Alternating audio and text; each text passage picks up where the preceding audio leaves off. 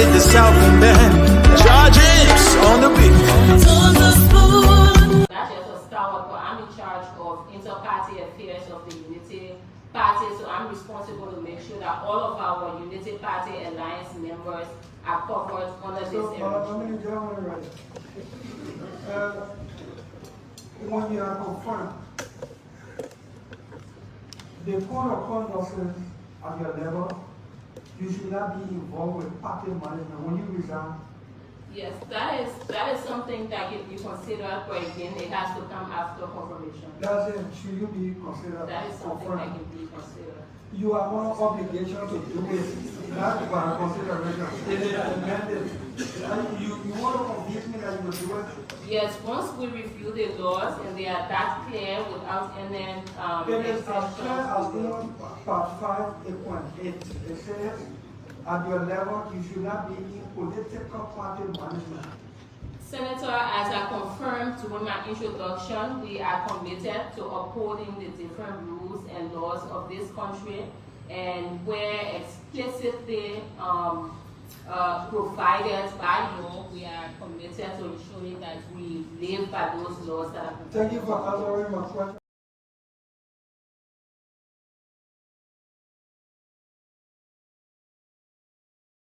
To His Excellency. Ladies and gentlemen of the press, we have the president here for a stakeout.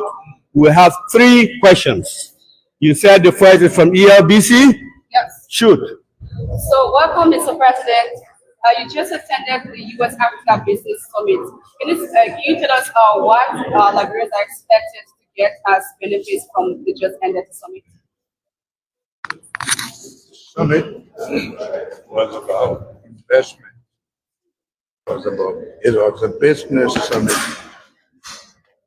where investors ourselves met to discuss what were the needs and who were the people that we're dealing with, including people who are already in the country who are doing business.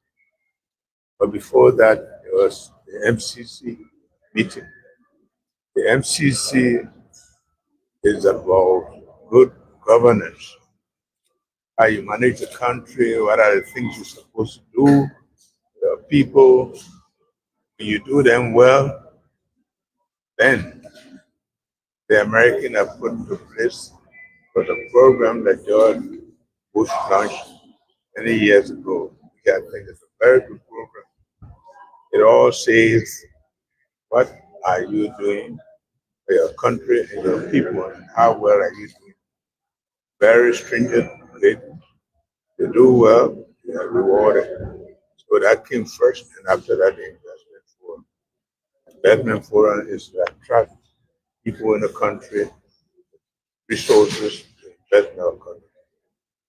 Went very well.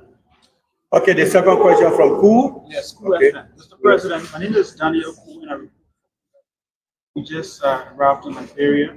Recently, we saw you riding a commercial flight to the United States for the Africa Business Summit. Tell us about it. What's it, what? Commercial flight. Of course, I don't have a plane, so I got a commercial flight. That's what I went on, and that's what we'll be riding, unless where somebody offer us a free ride. But that's what we'll ride. So we have Sky. Yeah, Mr. President, my name is Yukuni Masale, and I work for Sky Communication, Sky FM, and Sky Television. Your visit at the U.S. Africa Summit, we witnessed that you took pictures with Kosovo President. And political pundits here in Liberia are saying that Liberia has nothing to benefit from you meeting the Kosovo President. What do you say about that? Well, that depends on their understanding. Even if you don't have anything to get from them, you have friendship to gain from them. That friendship can lead to maybe a thing about billionaire country, but there are other countries who have assets that are of benefit to us. And so we don't close any door to any country. We make sure we I mean, all Liberians think about is what money you're getting from the place we can get. Because of our president. What do you say about that? Well, that depends on their understanding. Even if you don't have anything to get from them, you have friendship to gain from them. That friendship can lead to maybe you think about billionaire country, but there are other countries who have assets that are of benefit to us. And so we don't close any door to any country. We make sure I mean, all Liberians think about is what money you're getting from the place. You can get education, you can get some experience that you need to gain from them. Relationships are built for different purposes. That's what we did. Thank you so very much, gentlemen. Yeah. All persons on the code of conduct who are in government holding political party position must resign. They must resign. The code of conduct in part 5. Maybe you need to come back. Yeah. The code of conduct says once you are appointed by the president, you are not supposed to be in political party management. If you are a chairman, you co-chair, you secretary, you treasurer, you chaplain of a political party, that's political party management. If we're going after people for violating the code, on one count, we cannot be violating the code on another count. Okay. I'm demanding, this is a general code. The next time I come here or anywhere and I have to do this, I will call name of those who must do so. They know themselves already. This signing, what does this mean for Liberia and Liberians and what you have also been campaigning and talking about? Antonio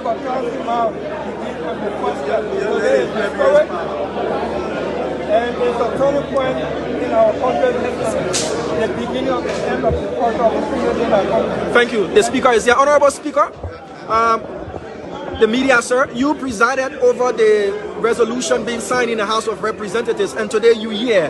What does this mean to you, not just as a Speaker of the House of Representatives, but as a Liberian as well, sir? I actually had goosebumps when I saw the President signing the executive order establishing the War and Economic Crimes Court. Justice was delayed, and no matter how long, but it will not be denied. Our people today will see the cause of justice. Thank you, sir. Thank you. I find it only prudent and fair to embrace and further bolster the efforts that the national legislature has so courageously invested in this matter. It is in view of it that I today, Thursday, May 2nd, 2024, signing and issuing Executive Order Number 131, establishing the Office of a War and Economic Crimes Court, what I did.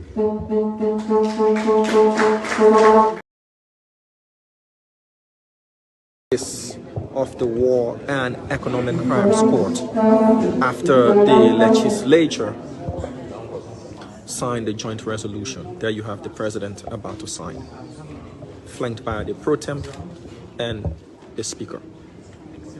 History being made here on the grounds of the executive mansion.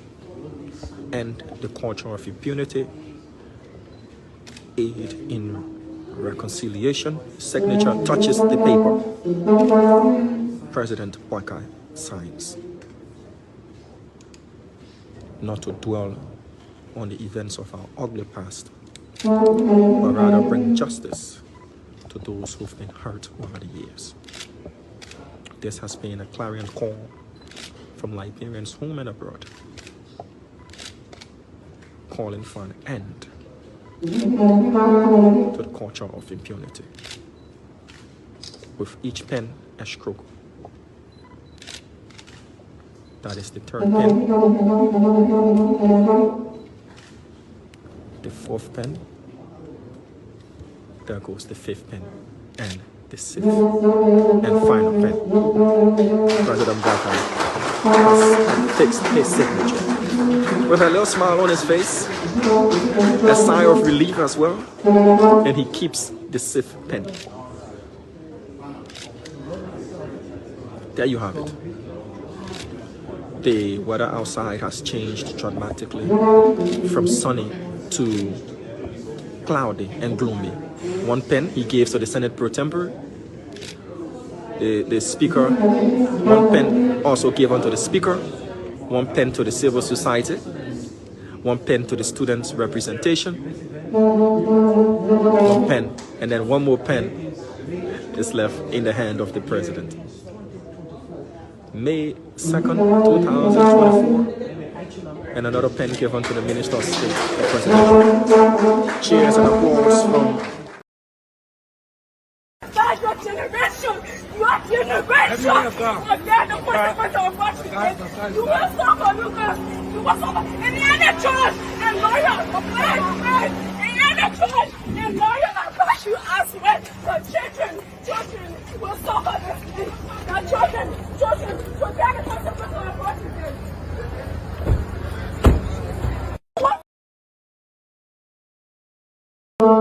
In the health sector, our efforts to intervene in healthcare have not only aimed to provide essential medications and increase access to quality healthcare, but also to gradually restore the confidence of our people and development partners in the healthcare system plagued by years of corruption and poor service. To this end, we are pleased to report that in keeping with our intervention to sustain the availability of essential medicines, and we have been very careful to say essential drugs, essential medicine, medical supplies, with reduction of stock out, the government has ensured that essential medicine and medical supplies are distributed to 100% of drug depots of 13 counties in the country.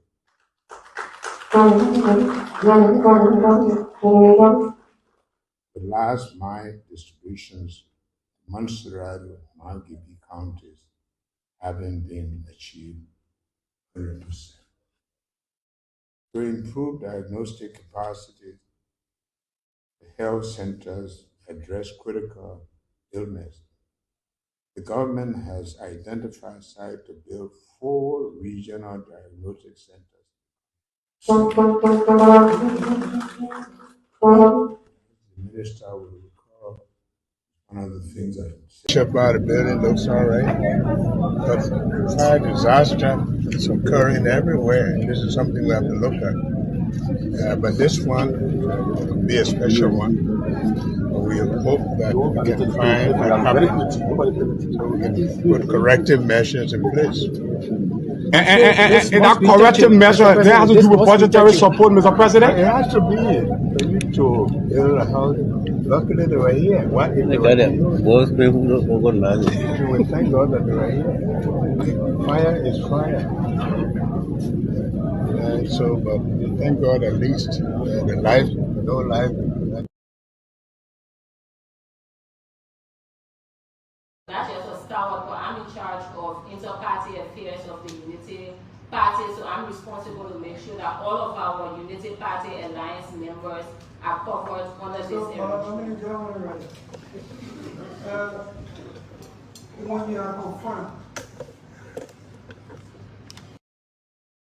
Mr. President, Diamond Slanger for Spon FM. Yeah.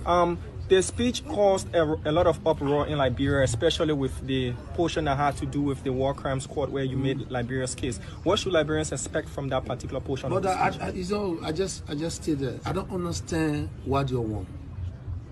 Since we came to power, I've not one day called for war crime court. You, the journalists, call for war crime court. Liberians are calling for war crime court. Both the victims and the perpetrator are calling for war crime court. What I did is to explain to them why now. So if you don't understand my English, then you need to go back to the speech and then you read it well. You calling for World Crown Code, I say now, why this time? When we have an economic issue, we're trying to develop our country, why focus on the World Crown Code now? Why you did not focus on it 12 years ago?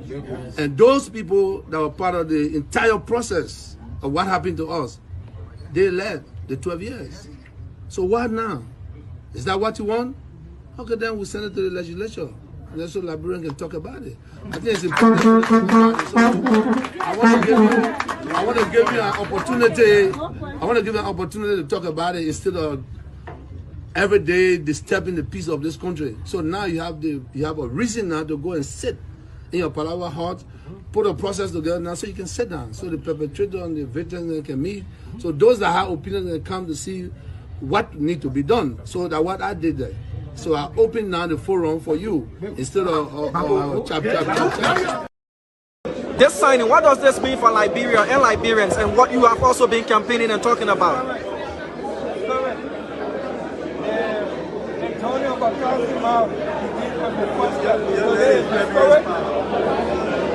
it's a turning point in our country's history, the beginning of the end of the culture of the in our country. Thank you. The speaker is here. Honorable Speaker, the media, sir, you presided over the resolution being signed in the House of Representatives, and today you here. What does this mean to you, not just as a Speaker of the House of Representatives, but as a Liberian as well, sir? Actually, I had goosebumps when I saw the President signing the executive order establishing the War and Economic Transport. Justice was delayed, and no matter how long, but it will not be denied. Our people today will see the cause of justice. Thank you, sir. Thank you.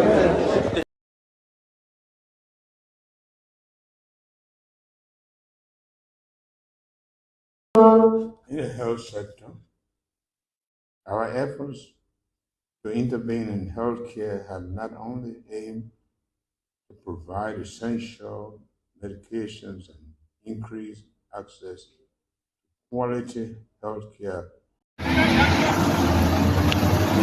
Okay, folks, Spon TV Live, we are here between Zueju and Town. We are headed to Town, but the road here, as you can see, is very, very deplorable. I mean, it's beyond deplorability. Very, very bad. It's nearly impassable.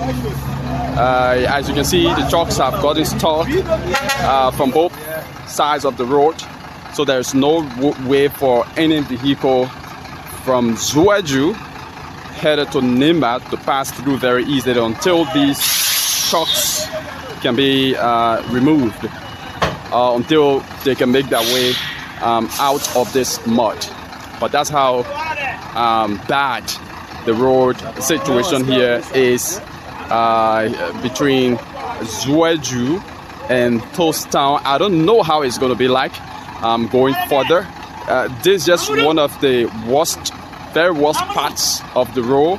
Other parts of the road are not smooth, but at least they are passable. Yeah, but this part of the road is nearly impassable. Nearly impassable.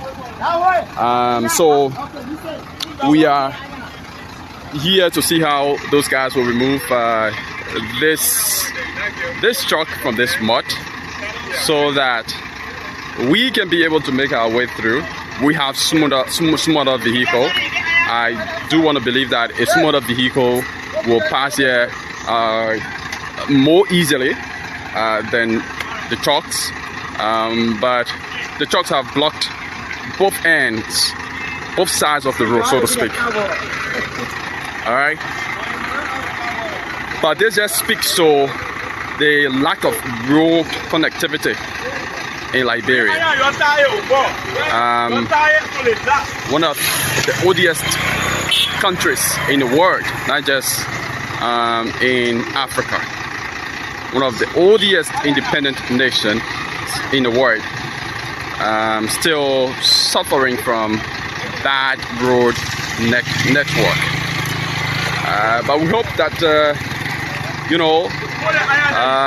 This administration can do more when it comes to, paving roads and cutting the roads as well, because this is bad for farmers. For example, if I farming vegetables, if I should harvest my crops, how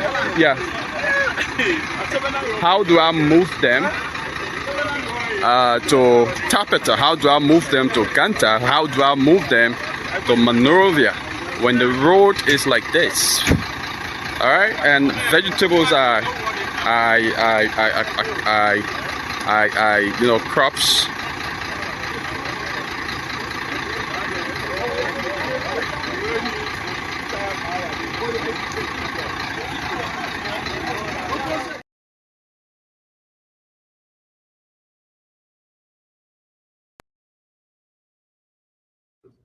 So, welcome, Mr. President. You just attended the U.S. Africa Business Summit. Can you tell us what Liberians are expected to get as benefits from the just ended summit? Summit was about investment. It was a business summit where investors ourselves met to discuss what were the needs and who were the people that we're dealing with, including people who are already in the country who are doing business. But before that, there was the MCC meeting. The MCC is about good governance, how you manage the country, what are the things you're supposed to do. The people, when you do them well, then the American have put into place for the program that George Bush launched many years ago. Which I think is a very good program. It all says, what are you doing for your country and your people, and how well are you doing? Very stringent statement. Yes, sir. A special one from the CEO, Stanton with the Spon, and your boy Friday the Southern Band. Charges on the beat. Okay, tune to Spon to get your information. Tune to Spon to know what's happening in Liberia. Tune to Spon to know what the issues are, to get objective analysis here on the happenings in the country. I'd like to say thanks to all of you tonight.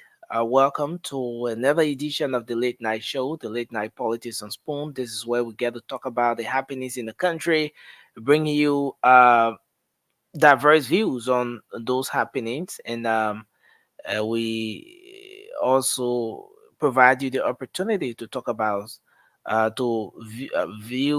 that's voice your concerns on those issues as well. And I'd like to say welcome tonight. Thanks for joining us. We're live across the Spoon Network and across the internet as well. My name is Nelson Collier. And let me say thanks to our folks here in Radio Land, first of all, for joining us on 101.1 Fabric, on 95.5 Super FM, and 107.5 Spoon FM. And many thanks to you for joining us online. I see so many of you joining us on YouTube. Spoon Talk Live is the YouTube handle, and I see the folks here on Facebook as well, on Spoon TV, on Fabric TV, and Super TV. Thanks to all of you who have joined us here tonight. It's good to have you on, and another time to talk about Liberia, to talk about the happenings, to have a conversation around how we can make our country, we can get our country do better, how we can, uh, have the policymakers, embark on those very things that are worth doing to get our country moving on in the right direction.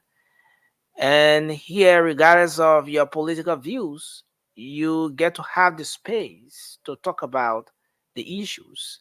And I'd like to say welcome to everyone tonight. Why I get to bring the guys on, let me go to the comment section quickly and recognize a few of you who have joined us here tonight. And I want to say thanks to everyone. Kindly share the program as you come on. We appreciate if you were to share the program tonight as you come on.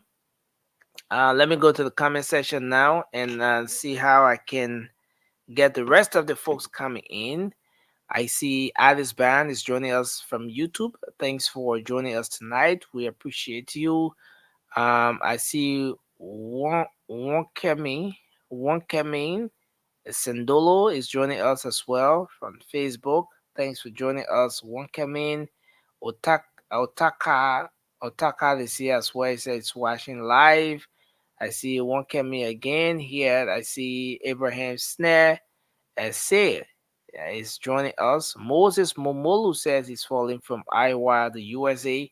Thanks for joining us, Moses Momolu. Fatu Hali, thanks for joining us. You say you're joining from whom? And I appreciate you. Oh no, he says. She says. Well, rather, she says, "Welcome home." I think she's talking about the video that was played relative to the president's arrival in the country today. Thanks for being here. Moses Colley is joining us as well. I see Eric McGill. Mr. McGill, thanks for joining us tonight. We appreciate you. You said you're falling from Atlanta, Georgia. Thanks for joining us tonight. I see Love T. Smith is here. Says, watching from Venus. Thanks for joining us. Love T. Smith. We appreciate you tonight. Bishop Edward M. Collins is joining us tonight. Says, welcome back home, Mr. President. Thanks for joining us. I see Rose Sonkali is here as well. I see Sally Vincent. Thanks for joining us tonight. Let me go through a few more here. Elder James C. Bly Jr. is joining us tonight. And he says, even at the end of JMB's 100 days, roads are too soon bad off. Ooh. Okay, thanks for being here tonight. I see Baron, the chairman himself, the powerful chairman, the influential chairman. Thanks for joining us tonight. He says he doesn't think the roads are recent. He doubted because he heard that the roads were fixed. But thanks for joining us, Baron, the chairman himself. Thanks. We appreciate you. Kianta Weir, thanks for joining us tonight. I see John Obley. Hope I got that right. Thanks for being here. Robert Heenan, thanks for joining us tonight. We appreciate you. I see Eddie Kawhi. We appreciate you tonight. Thanks for joining us. He says, where's the CEO? The CEO is doing good. He's okay. He'll be here hopefully tomorrow on the show. I see John. John Obley is here. John, thanks for joining us. Okay. Tommy Jr., thanks for being here tonight. You said you're looking forward to a great discussion. Yes, I appreciate you, sir. Yes, we look forward to a great show as well. Thanks for being here. Thomas Kuman is joining us from Caldwell. Thomas, thanks for joining the show tonight. I see Abraham Jabate. Yeah, not like Francis Jabate. It's Jabate. Thanks for joining us. I see Tape Tobe is falling from the US. Emmanuel Divine Bar. Thanks for joining us from Asia. That's where you say you're falling from. I see Aku Joseph Kamar.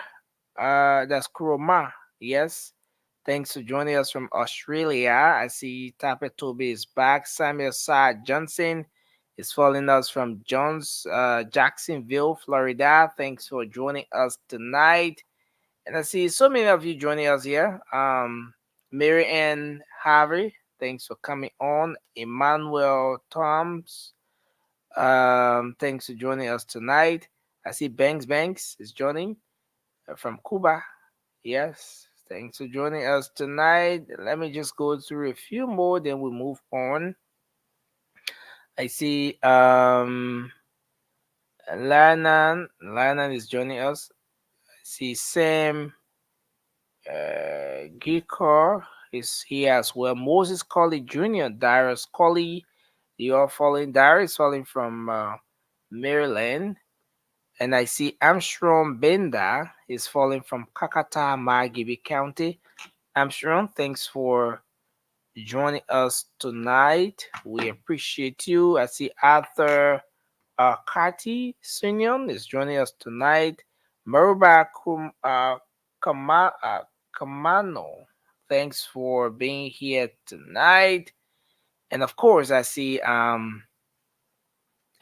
William is here.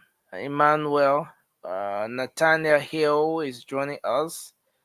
Mariah Sando Yenatu, thanks for joining us tonight.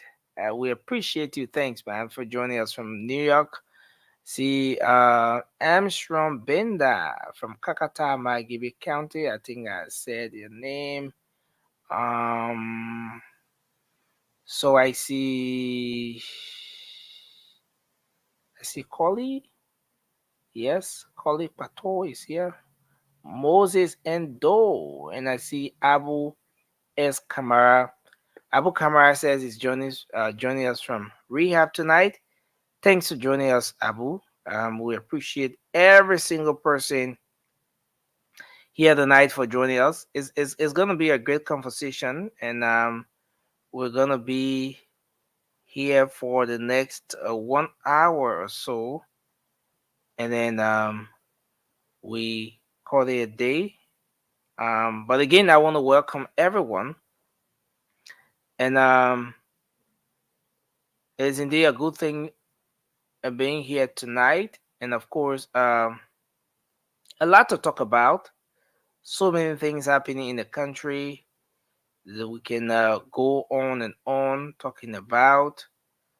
Of course, providing some of the updates on right here tonight. So just to begin with, sorry guys, I have to do this. Okay, so just to begin with, most of you are aware, and we briefly discussed this issue on the primetime show, talking about the observance of National Unification Day in the country. Of course, is something that's been going on. The VP spoke at that event today. It was a great one. And next up is the motorcyclist thing. Of course, the enforcement starts tomorrow. What is the atmosphere like for the motorcyclists? What do we expect to see tomorrow and all of that? Today, there was a friendly match. The Liberia National Police posted that even on their official page, talking about a friendly match between the LMP and that of members of the motorcycles community, the representatives, folks who could make it up to the match.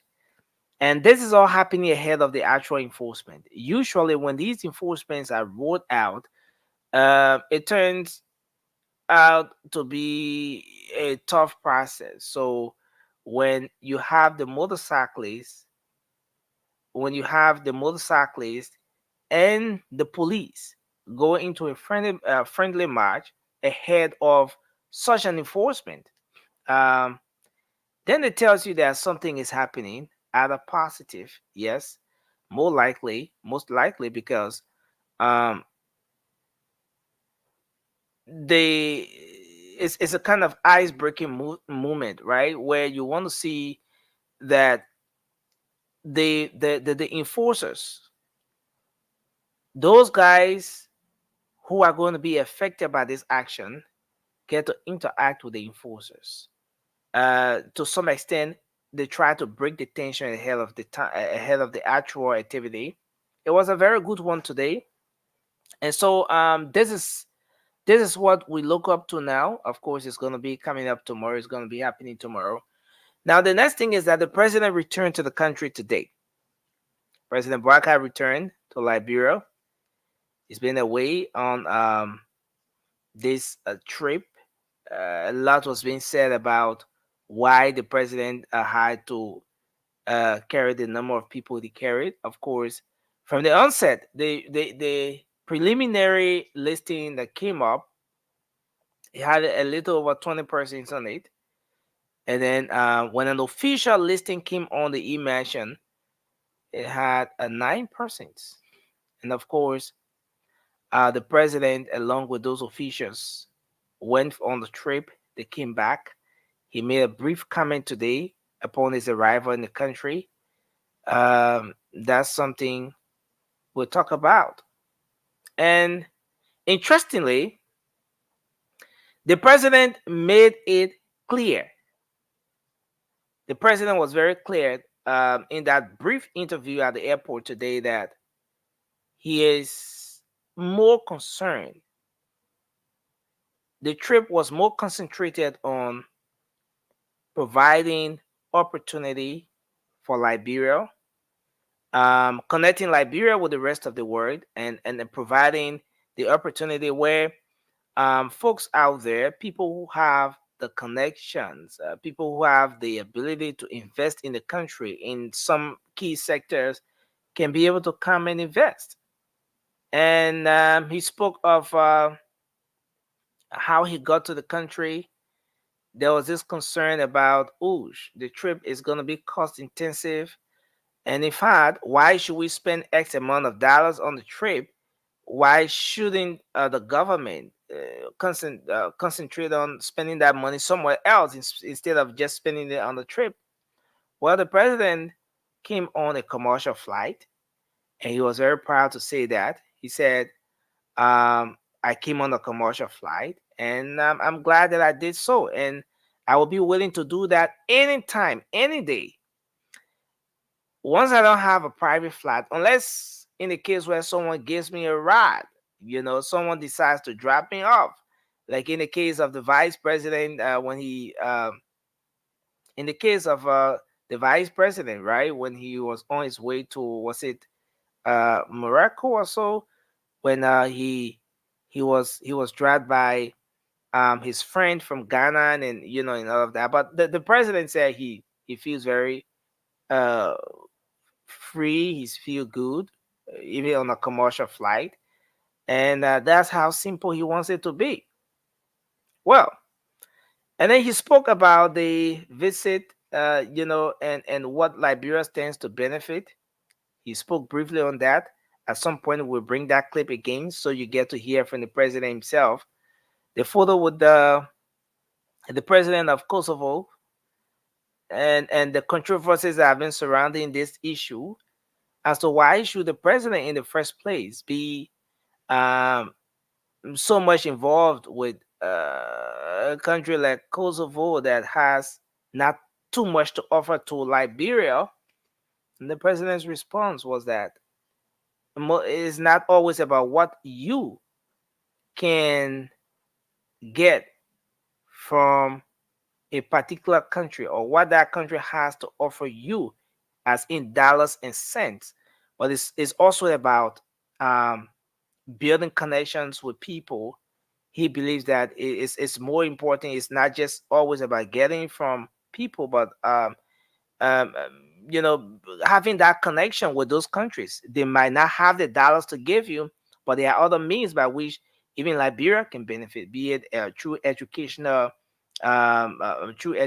means, and whatever educational exchange program or whatever. There are other means through which Liberia can benefit, and not just through money. And so he says those who are criticizing it are doing so based on where they stand and based on their own understanding of what the issue is. But as much as he knows, he doesn't regret.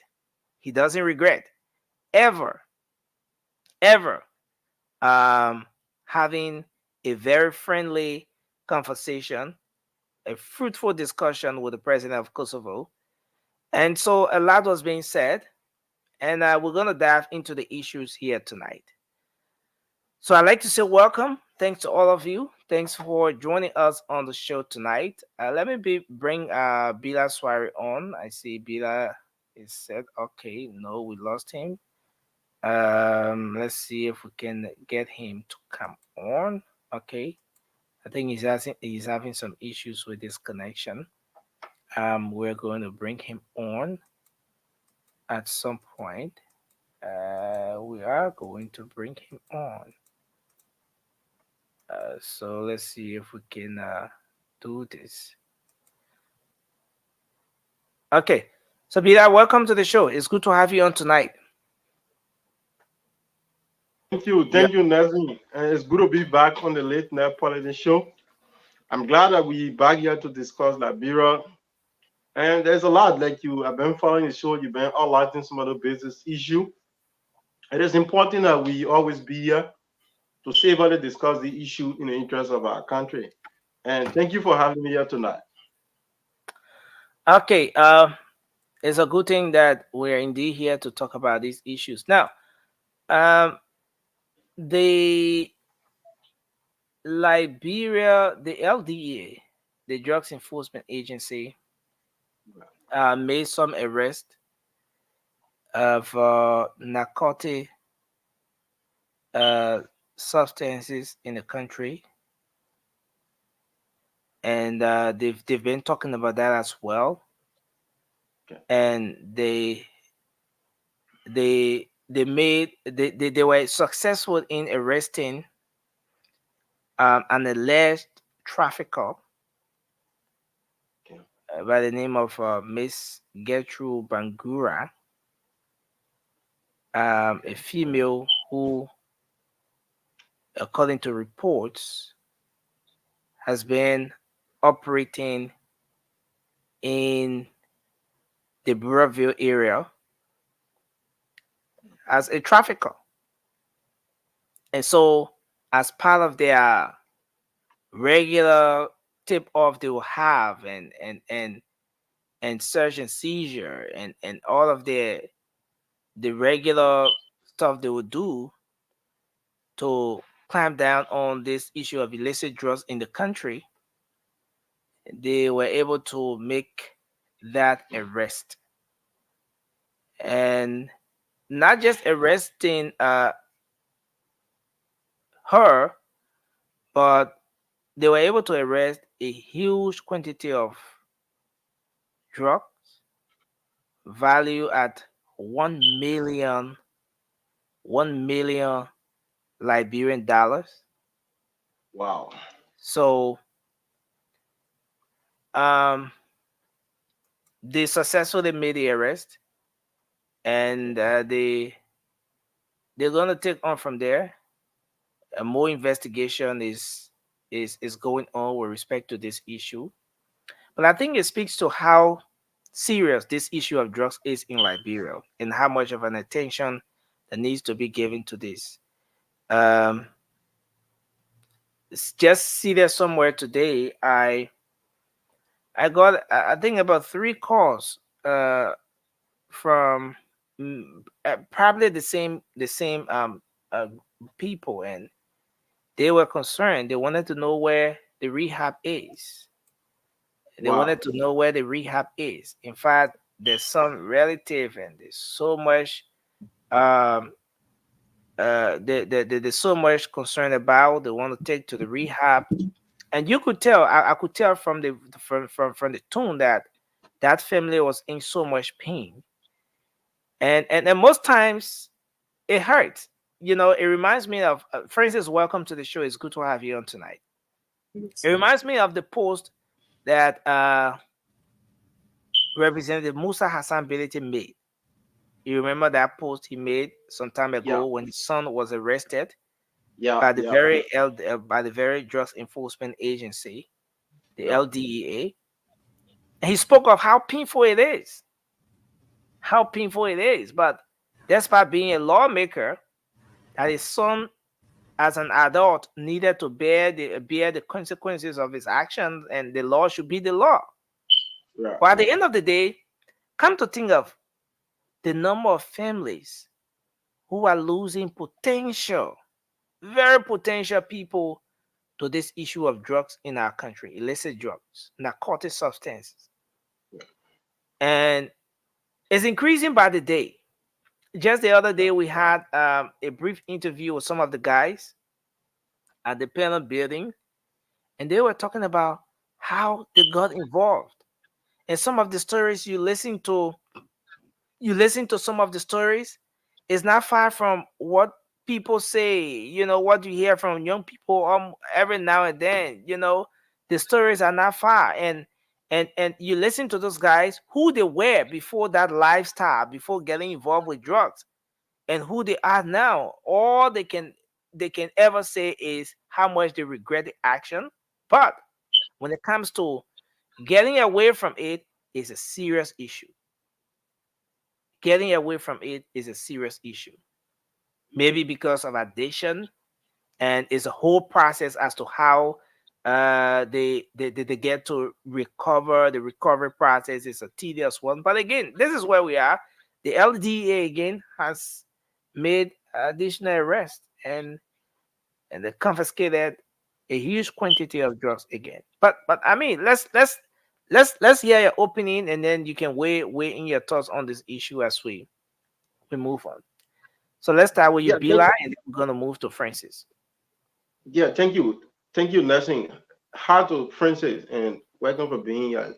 Basically, Liberia, we are getting there. It's a gradual process. So I've listening to you talking about the president trip, and when I view his interview, basically look at the celebration today of the Unification Day back, and listen to some of the speech delivered by the vice president. I was impressed, and I think we should turn on these parts and try to understand that.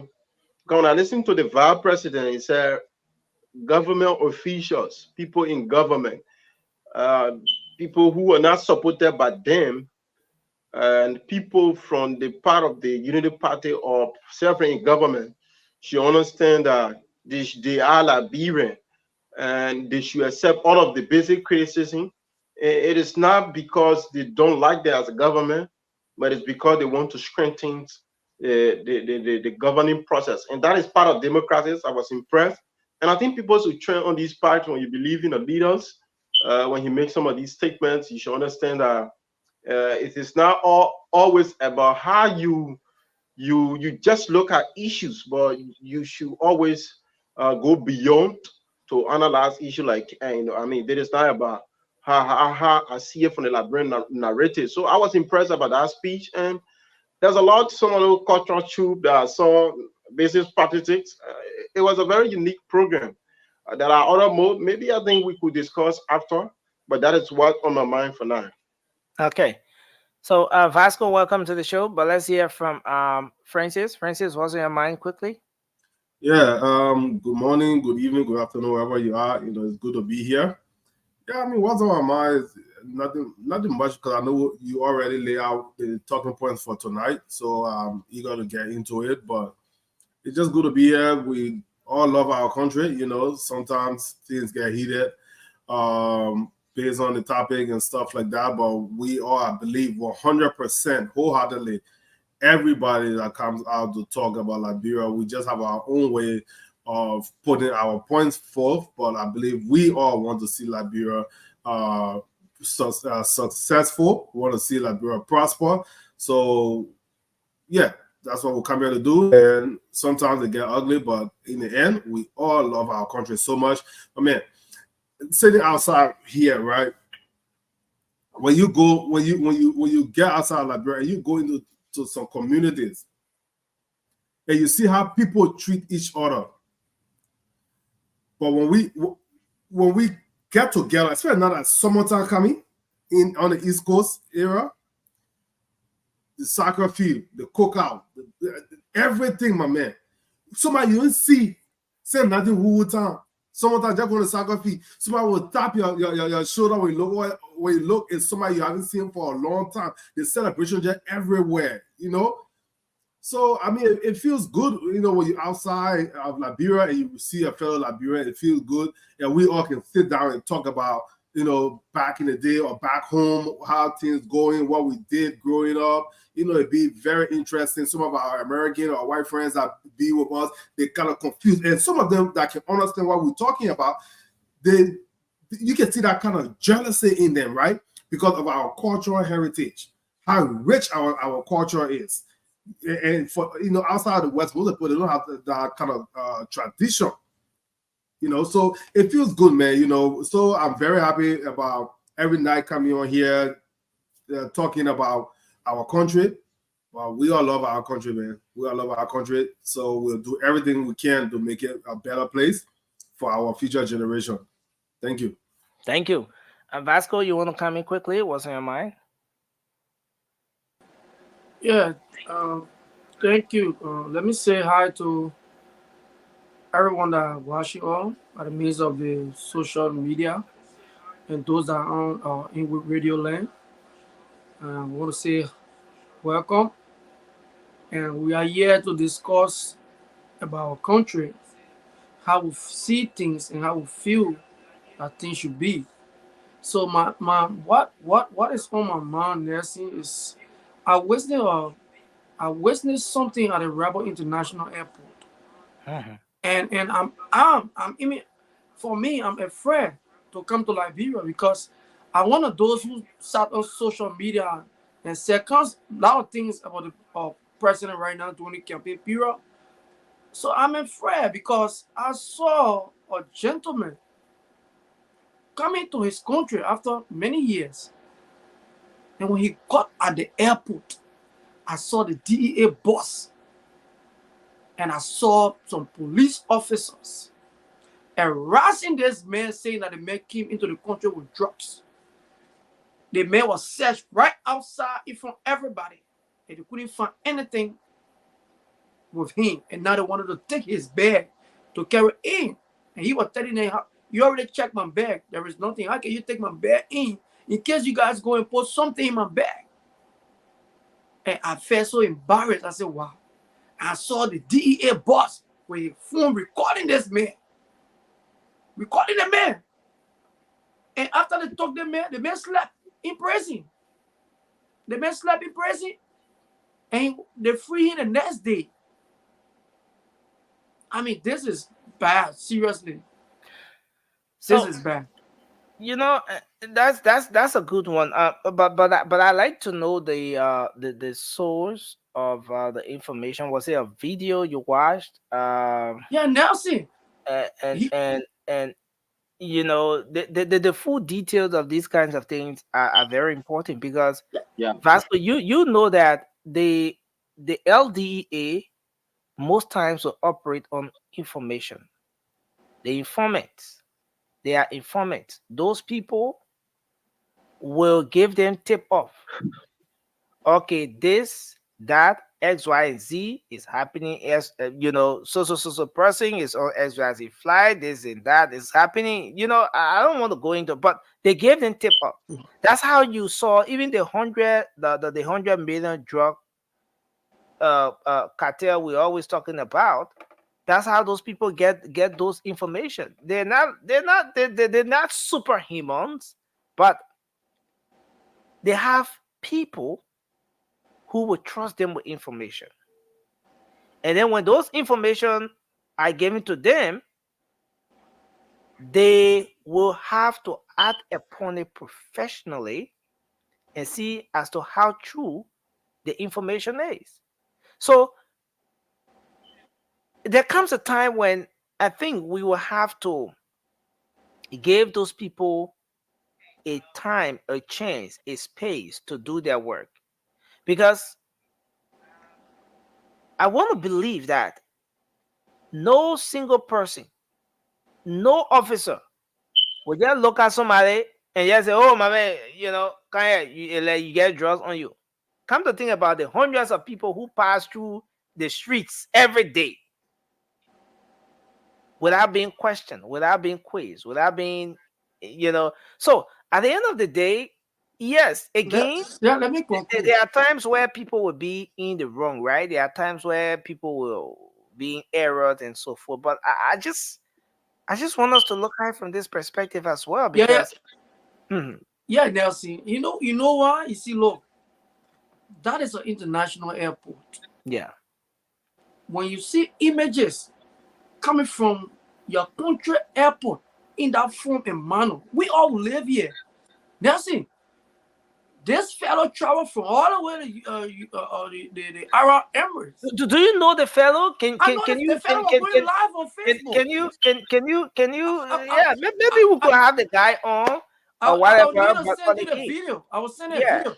This guy traveled from all the way over there. Yeah, I work at the airport and I also work right in the immigration. Nelson, you come into this poor country with anything. Even other people that, apart from some of us that working, will know that this person have been, apprehended and something. But you don't see no kind of a thing. People outside, DM, man, videotaping. Your bag alone from the checkpoints or not even pass. You will be in the hand of the police and carry you in a special room to go check you. Now the person coming outside of the airport, almost to get out of the terminal. And then those kind of things coming, those images is very bad for our country. Yeah, nothing. And the guy came out. According to him, they asked them what was the charge. So they were not even embarrassing him because of drugs anymore. They were embarrassing him because they said he can put women picture outside on Facebook.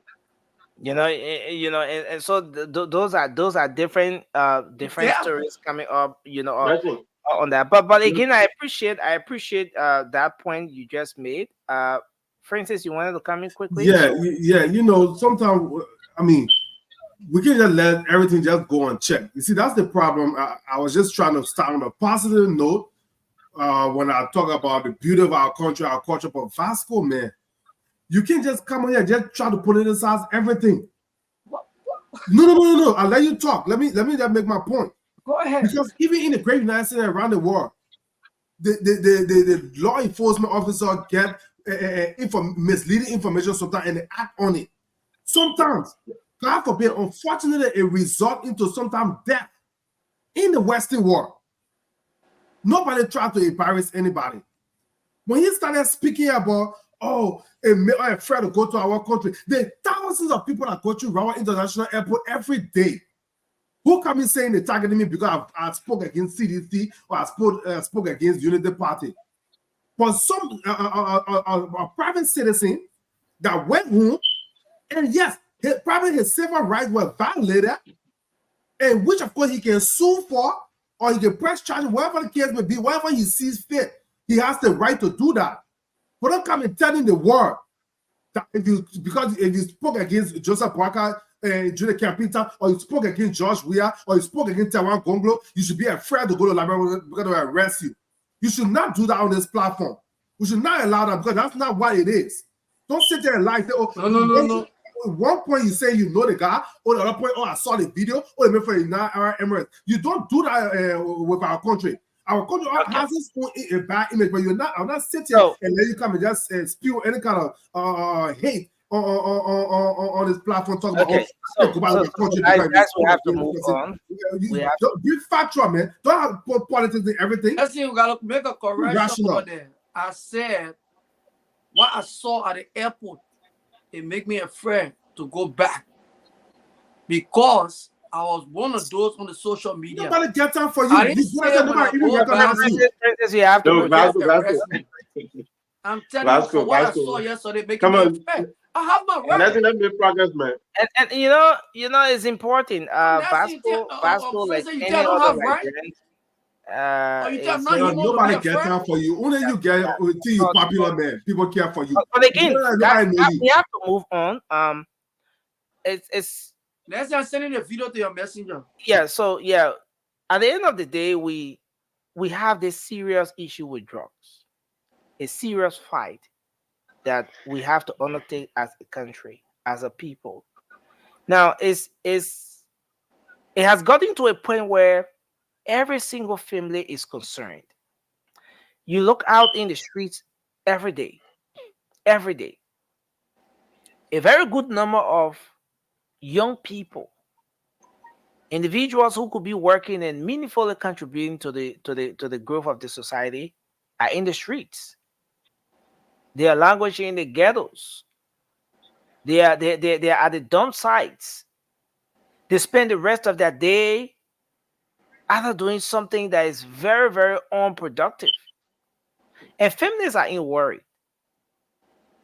Now, at the end of the day, with everything we're seeing here with the DEA, I mean, with the arrest agenda being something that equally captures the young people, that is equally concerned about the young people, where can we start from with this whole issue about the fight against drugs? What we've seen so far, is it sufficient? Is it a good start? When we see the LDEA folks out there in the streets, oh yes, today we're talking about another arrest that they were able to make.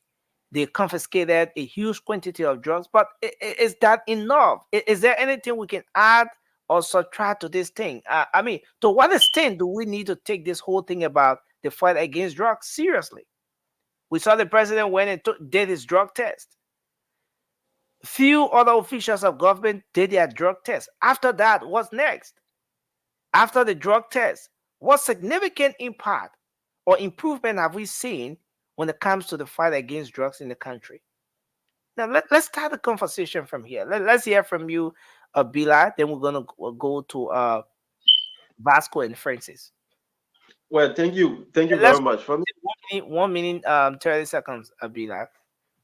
thank you very much. And there is a very unique topic discussion, and I've been yearning for, because the issue about drugs, it is something that affecting every household in Liberia. So if we are discussing it, I don't want for people to take it from the political angle. Basically, I think there is a progress made in the issue of the drugs, but it's not sufficient. The strategy is on course. And when I listen to the LDA boss and that of the director of operation, they said their strategies in terms of implementing trafficker, getting after trafficker has changed. And that which I think is a very unique thing, because but then they use a strategy that wasn't bringing so that result. So what they're doing now, send the guy the level budget, some part of the budget that has been given to them. They mostly inventing a time into intelligent driving. That which you were trying to make Vasco understand about these guys when it comes to drugs, they mostly look at intelligence, because trafficker, you cannot just get trafficker through those that can go into various gadgets or those that are selling it. You have to get independent people who will risk giving information. And in the process of giving information, you're not going to get any information free. So they change our strategy of getting intelligence from various area, and it is working from all border angle and other stuff. So like you talk about the issue about taking the jaws tags and going after traffickers, it is not just enough. Part of their engagement or their strategy, they talk about rehabilitation. So basically they said they don't want to be carrying on raiding. That's why you see the issue about raiding has gone down. They are now too many involved into raiding. They don't want to be carrying on raiding, because you talk about the pain of burning. That is a whole community by itself. When you have to take these guys from over there, where will you put them? They're gonna spread in the community. So they actually thought in their mind that let lead those guys. So the issue about smoking or having drugs is against the law, right? You can be apprehended for it and be prosecuted for it. But they said they're gonna be lenient. They're gonna use their own discretion to not get after those. Be that just to fit in your 1 minute 30 seconds you have. Yeah. We saw the president did the drug test. Have there been any significant improvement in this fight since the president did that? I mean, come to think of the other officials of government and everything that was said about this whole drug thing. I remember there was a point when Senator DeLone said that they will ensure they will take on this fight, that officials of government will have to do a drug test before they can go in government public service, wanting to have this whole thing about drug tests being a prerequisite to serving in government and all of that. Where are these conversations? Why are we not seeing the policy makers talking about these things up to now? Why are these conversations not going on anymore? You're right, Nelson. People found less interest in things that should make progress of our nation, and sometimes there's the usual things in Liberia that I want for this administration to get out of. They issue about just doing things for a week, or maybe saying things for a week, and not the implementary aspect of it is not being fruitful. Yeah, we understand that the president did a just there, which I think is not enough. Other official who hasn't been taking just, they could do it, but most definitely for me, I'm looking at the veterans, and I think the LDA, that strategy of theirs is very unique, because you look at that Bento era where they say they have billing, but they actually want support to come from all angle, because they say the issue about fighting drugs now, they are more concerned about the trafficker, but basically the veterans, because when you look at those veterans, all of their story they get in nursing is has similarity, and sometimes it is difficult for them to get them back into it, because you don't want to just take those guys and put them in private work. So they urging the government to actually see in that direction. They have some of these conversations. They're talking to international partners as well. If you having to get these guys out of the strategy of stopping traffic, one, but if you having to get these guys out of the real ghetto, like I saying, and not have an alternative era where they will go to be rehabilitated, reintegrated back into society, there's a problem. They might spur in other community there. So And you're going to have where do you think we can start to make progress from? Because So from the angle of the actors and all of that, I mean the policymakers, some actions were taken from that end. But look at where we are. You can tell us as to whether we've made progress or not, or whether there has been any significant difference with respect to the way drugs is being fought now compared to what it was, yesterday. But I mean, where do you think we can start from if we were to chart a new course as to how we address this situation? Yeah, for me, you have to cut the supply. Yeah, you have to cut the supply, because if even you having to take people, the supply.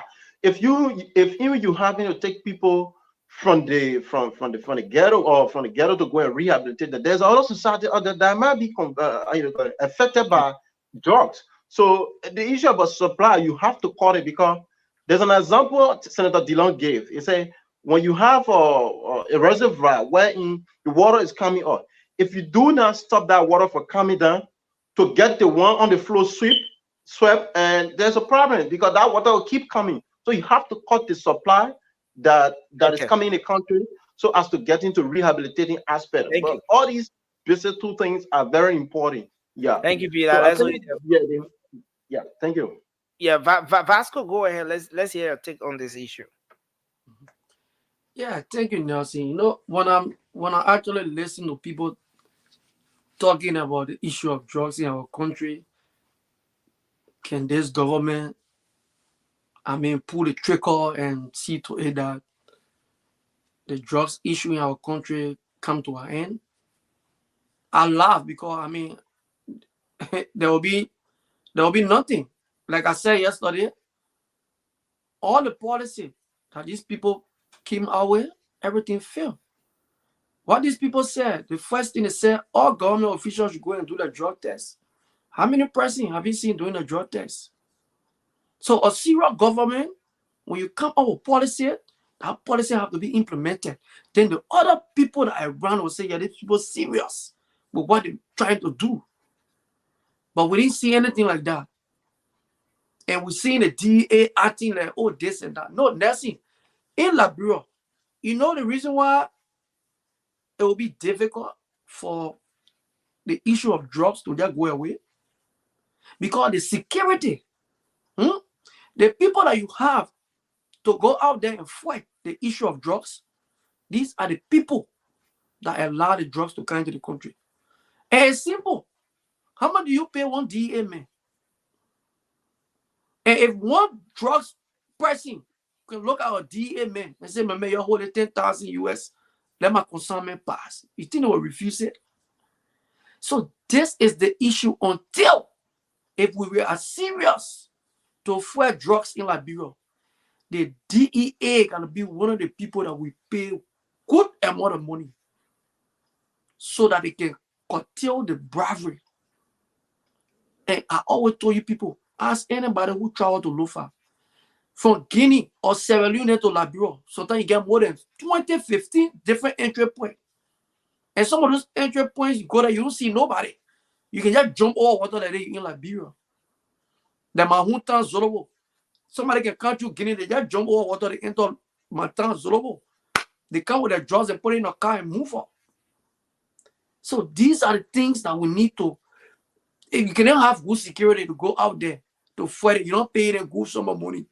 Your bonus points are completely vulnerable. Where are we going? You want to be catching some 1 or 2 dealers, and those dealers then they are dealing for people. That the woman I saw the last time, every criminal doing this and that. And you know some of these things too, when I look at it, it looks like setup. Because of how our security can do, they will all like they're working. When you say our security, since when you started observing that? The DA? That's it. I just tell you, it might be doing the CDC administration or the Banasari administration.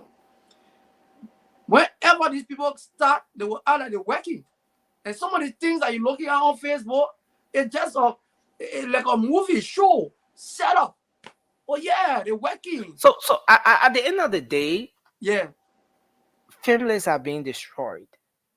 Yes. The young people in the country are at risk. Even the ones that are not in the ghetto yet, they are at risk. Because when you listen to the stories from the people in the ghetto, what they tell you are the very stories with some of the young people who are not in the ghettos yet. Vasco, where can we start this recovery process from? Now, I mean, take into consideration that this process, there was so much attention at some point from the angle of the policymakers. Thanks to Senator DeLon, he has a rehab center that just graduated a good number of people recently again. But with all of what was said with respect to how this government was going to clamp down on the issue of narcotic drugs in the country, look where we are. Vasco, where do you think we can start this particular fight from? If we must make the kind of progress we're looking at. So Nelson, the first thing we have to fight is the transporter, not the transporter, but those big hands, those guys that are responsible. Because you see, the issue of drugs is a complete cartel. This is a worldwide business, Nelson. It's not an easy thing to fight it. Imagine advanced countries around the world struggle with this issue. Why more about Liberia? So what can we do for now? I think we can try to get places that we can get these guys out of the street and run after the actual people that are trafficking this issue into our country. Not these guys that are taking it. Because the moment we can curtail those people that are bringing it in, then we'll be able to save those guys that consume it. Because if the consumer don't see it, they won't take it. Thank you. Let's hear from Francis. Francis, please go ahead. Let's hear your take on this issue.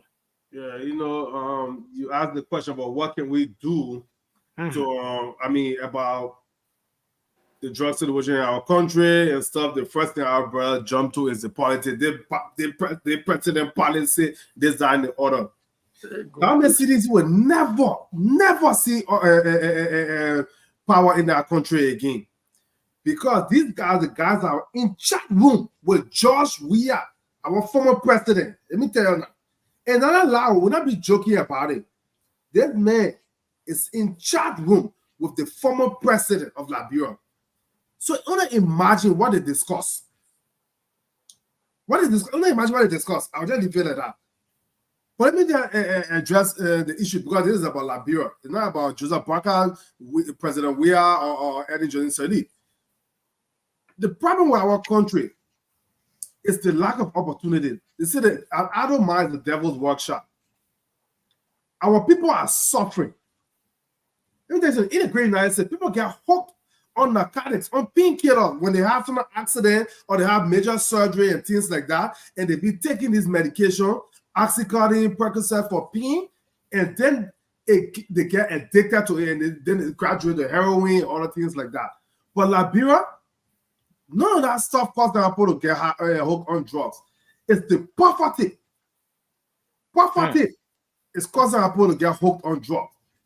Because when our brothers and sisters sit down, they go to school, they graduate, no job, nothing for them to do, no opportunity. They have to sit until the professional beggars in front of representatives, them, minister, them, busy putting in houses to beg for money or food. To forget about their pain or their trouble, to numb their mind from their trouble, they do these things. That's why. But if there's opportunity in our country for people to work, for people to provide for their family, let me tell you, the drug dealer themselves will run away from Liberia. Because if they can't buy a drug, where you make your money at? I'm not saying that people are smoking weed before even our grandparents were born in Liberia. I remember Grandparent Street, so I brought me the water guy. The guy used to put a thing in bottle, and he said there was disrespect to him to smoke because he saw some kids smoking. So he was inventing new way to consume marijuana. He started putting it in bottle. People are doing this thing back then. But how many people you saw running the street butting their head? But I'm telling you, no amount of money will pay the DEA, which of course I agree with Vasco at one point. That the DEA, our security apparatus, is that going to bring about any form of solution? What? So let's assume you pay the DEA. Maybe no, that's what I said. I agree on that one point that the guys need to be incentivized. They need to be paid well because when you are at the border, it's not just the DEA, our immigration people at the border, our police that are policing our communities, the DEA, the security apparatus need to be paid well. You see, security, medical staff, personnel, and teachers. These three groups of people need to be paid well because they build the fabric of our society. The security protect the citizen. The healthcare personnel protect us medically. Our teachers educate the future generation. So those three group of people need to be paid very well. But I'm not saying if you pay the security very well, the DA, this thing will not come in. That's not going to stop it. But if you create opportunities in the country and people are not less busy anymore, don't have too much free time on their hand, but they are motivated to work and better themselves. I'm not saying that be drug people in the country, but the drug dealer themselves, they will start banjoing it. People can't even buy it from them. And that's how that thing will minimize. Other than that, without the opportunity in the country for people to work and provide for themselves and their family, I don't care what happened. You can pay DA staff instead 1,000 US dollars. I mean, for instance, I get that part. I get that part where you talk about the need for opportunity in the people for opportunities in the country for people to work. I get that part, right? But come to think about it, some of the guys that are in the ghetto now are people who have vocations. Some of them are people who went to school. Some of the guys that are in the ghetto, sorry to say, but they acquire degrees. All right. So if the issue of job, like I remember the last time we visited one of the places, we were in an interview with one of the guys, and he said that he's an electrician. The other guy said he does air condition repairs and all of those AC work and all of those things. He does that. He has a shop. The other guy said he was doing business. All right. And then the other gentleman said there was something he said he does. It just escaping me. But majority of those guys had their hands on something before going to the ghetto. So, for instance, if the conversation is about job to do, no job in the country. That's why the guys are in the streets. That's why they're in the ghetto. How about those who went to school? They acquire some level of knowledge how to do certain things to get their hands on something to sustain themselves, but they still find themselves in the ghetto. That's it. Let me just answer that question for you simply. Mm-hmm. Having the skill, an electrician, Mm-hmm. a plumber, a carpenter, that's good. But if people are not having money, if people don't have money to purchase your services, how will you survive? If people are not building houses that need wiring to call an electrician, where will you get job from? If people are not building houses and they need plumber, if people don't have money to even buy land to call a builder to come and build, you can be the best builder in the country. You will not get any job. So that's what happened to these people. It's not that the skills are not there. The skills are there. The laborers are there. But the work for them, the opportunity for them to work and use their skills is not available. That's why they sit down. They're not doing anything. I'm telling you right now, as we speak, I'm about to lay block in Marshall there for my next project. And there were 6,000 blocks, right? My cousin already found somebody because there's so many people that want to lay block. But how many people need blacks right now? For everybody that have to lay, that know how to lay black, to be black, to be there for them. So how many basically electricians what got you're jobs saying- out there? Yeah. So what you're saying is that there are people, skilled people in guys Liberia, have the skills, but because of no contract, no job, exactly, and stuff like that. Okay. exactly. That's why, and they are battle. You know, and at the end of the day, something will have to be done beyond just the drug test that the president did, beyond just you know, the fact that Senator DeLong has a rehab center, which is a very good thing. But the situation in the country now has gotten to a point where a single rehab center cannot address it. 2, 3 rehab centers cannot address it. We need a national plan on how we intend to deal with this whole drug situation. If not, I'm afraid. Look, I sit, I go around the streets every day, sometimes even at home. The number of the guys who will pass right before your door, right in your yard on a daily basis, speak to you. Sometimes they come, oh, I want, give me water. I want $100 to go buy something. I want $200 to go buy something. You know, the number is increasing every day. It speaks to a lot. I mean, but let's make a quick transition because we have to. We have limited time to be here. Now let's talk about the president's trip, his return to the country today. There was a very brief interview that was done. Hey, NEC, our brother stop. NEC, my man. You see, but why he coming, right? Maybe we let it 10 seconds or something like that on our whole drug thing. Even we get the rehab, we can even get 10 rehab in each county. That would be 150 rehab in the 15 counties. Those people, it will be a revolving door. Because when they go in, they come back, they sit down with their hand between their legs, nothing to do. Then they will go right back to their old behavior. So the treatment, yeah, is good and stuff, but we have to prevent it. And the way we prevent it is, one, the security get paid them $2,000 each every month is now going to stop it, so there's no opportunity. It's about creating opportunity for our people. That would cut it down by maybe 75%. Then the security apparatus getting well paid. What do you say, Bella? Before we go to Vasco. Yeah. I think you're right, and I share a similar view with what you said. Basically, we have to curtail. Like you said, we have to curtail. We have to provide the environment for them where after when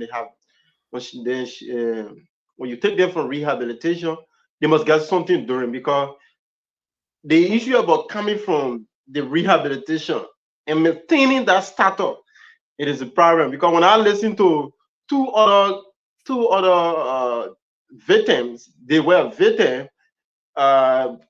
They talk about one of the things the discussion is if you are rehabilitated, what will maintain you to not go back to that habit? And that was a very key point. I listened to that. One lady, one other guy, he was on Cool FM, cool laugh. I was like, yeah, I think this is a very important thing. So we should not just look at just taking them from that habit, but the new environment they come in, they should have something doing. I think it's a good thing. Yeah. Vasco. You muted. Okay. Yeah, first, I already spoke on what I wanted to say on the issue of the drugs.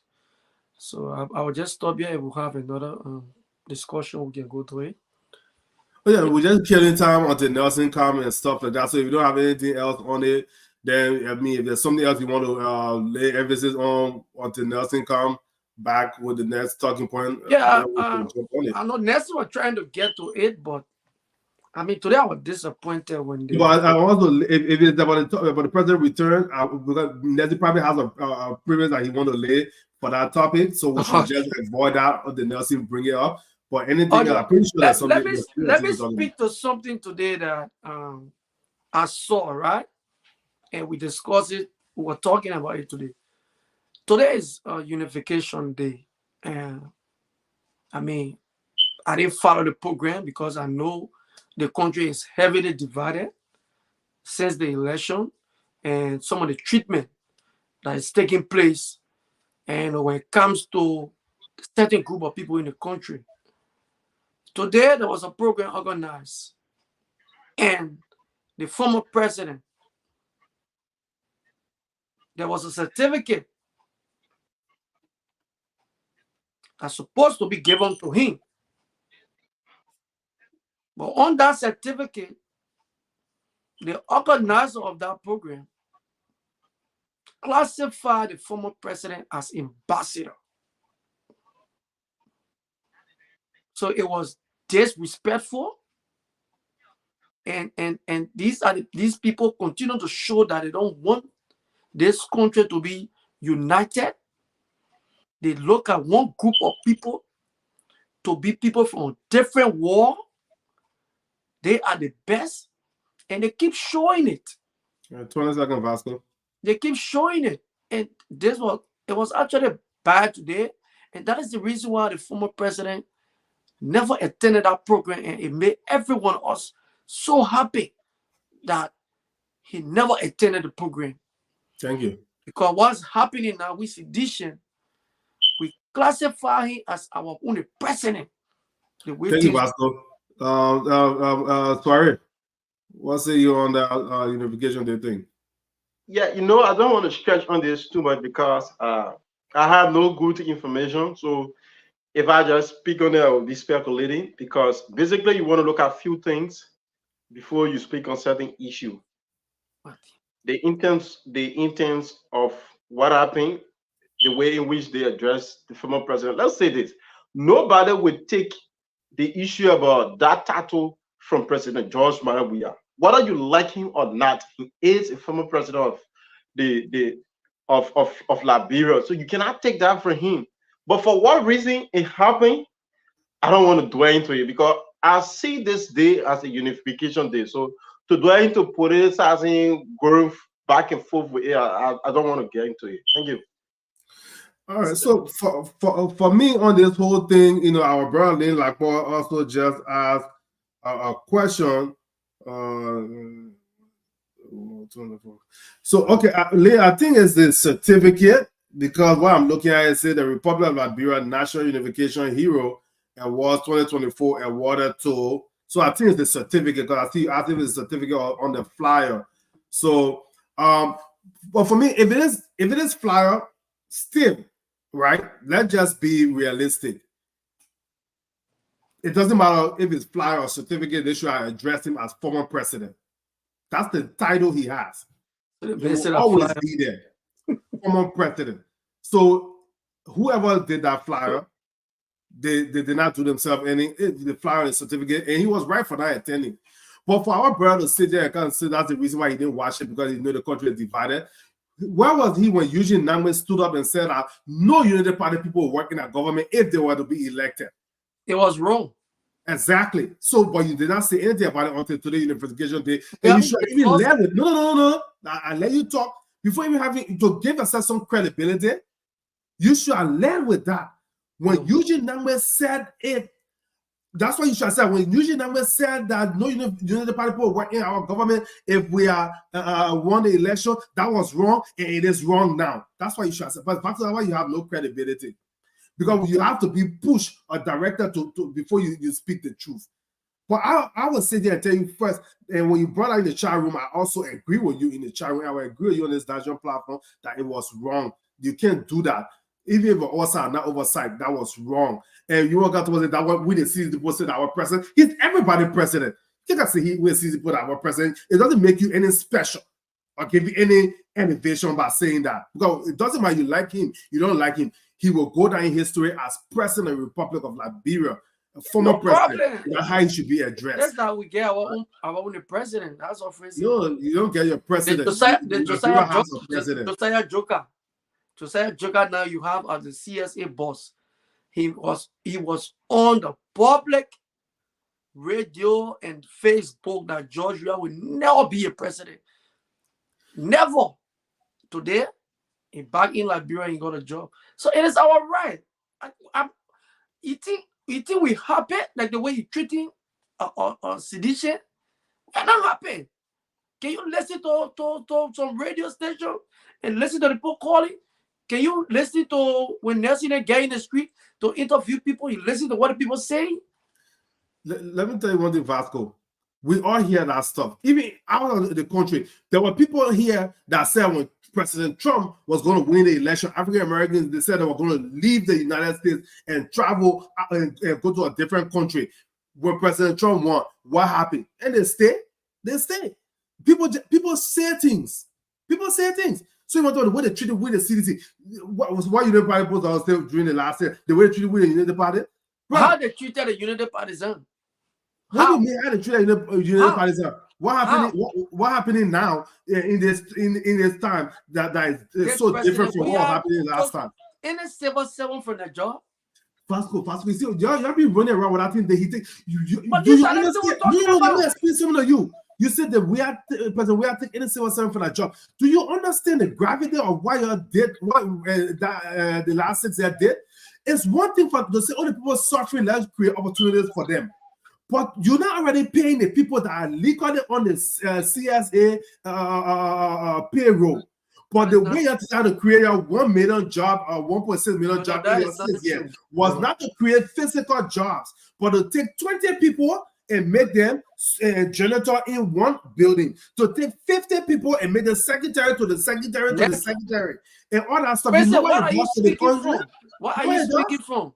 No, I'm only trying to tell you that you're saying that you're saying that they took people civil servant for job. They didn't take civil servant for job because according to this administration, hold on, I'll finish in 10 seconds so you can report. According to the administration, the names that they are taking from the list, which of course you guys cannot disprove, and I've never seen one person so far that have come up to say, oh, the ghost list that they're talking about.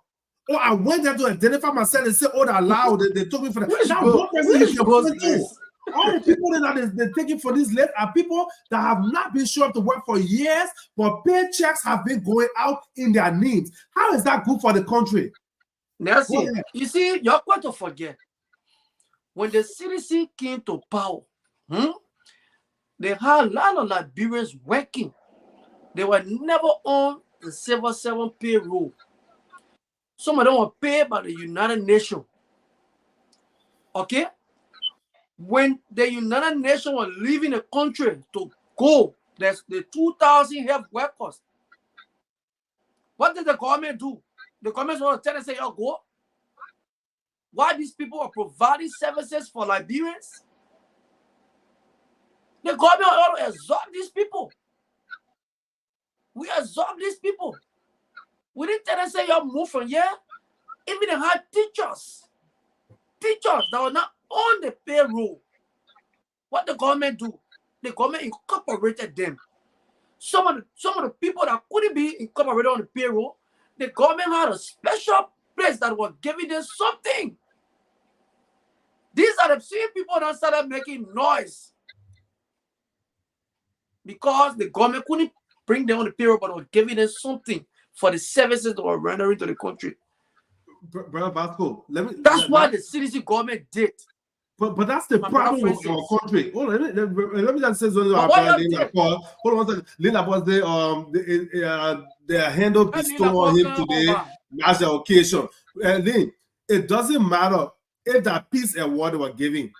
The most recent title he had in his life is president. So it doesn't matter if they're giving peace award. He deserves to be called former president of Liberia, receiving that award. So that you missed the mark on that one today. But Vasco, one thing you say about that stuff, that's the problem with Liberia.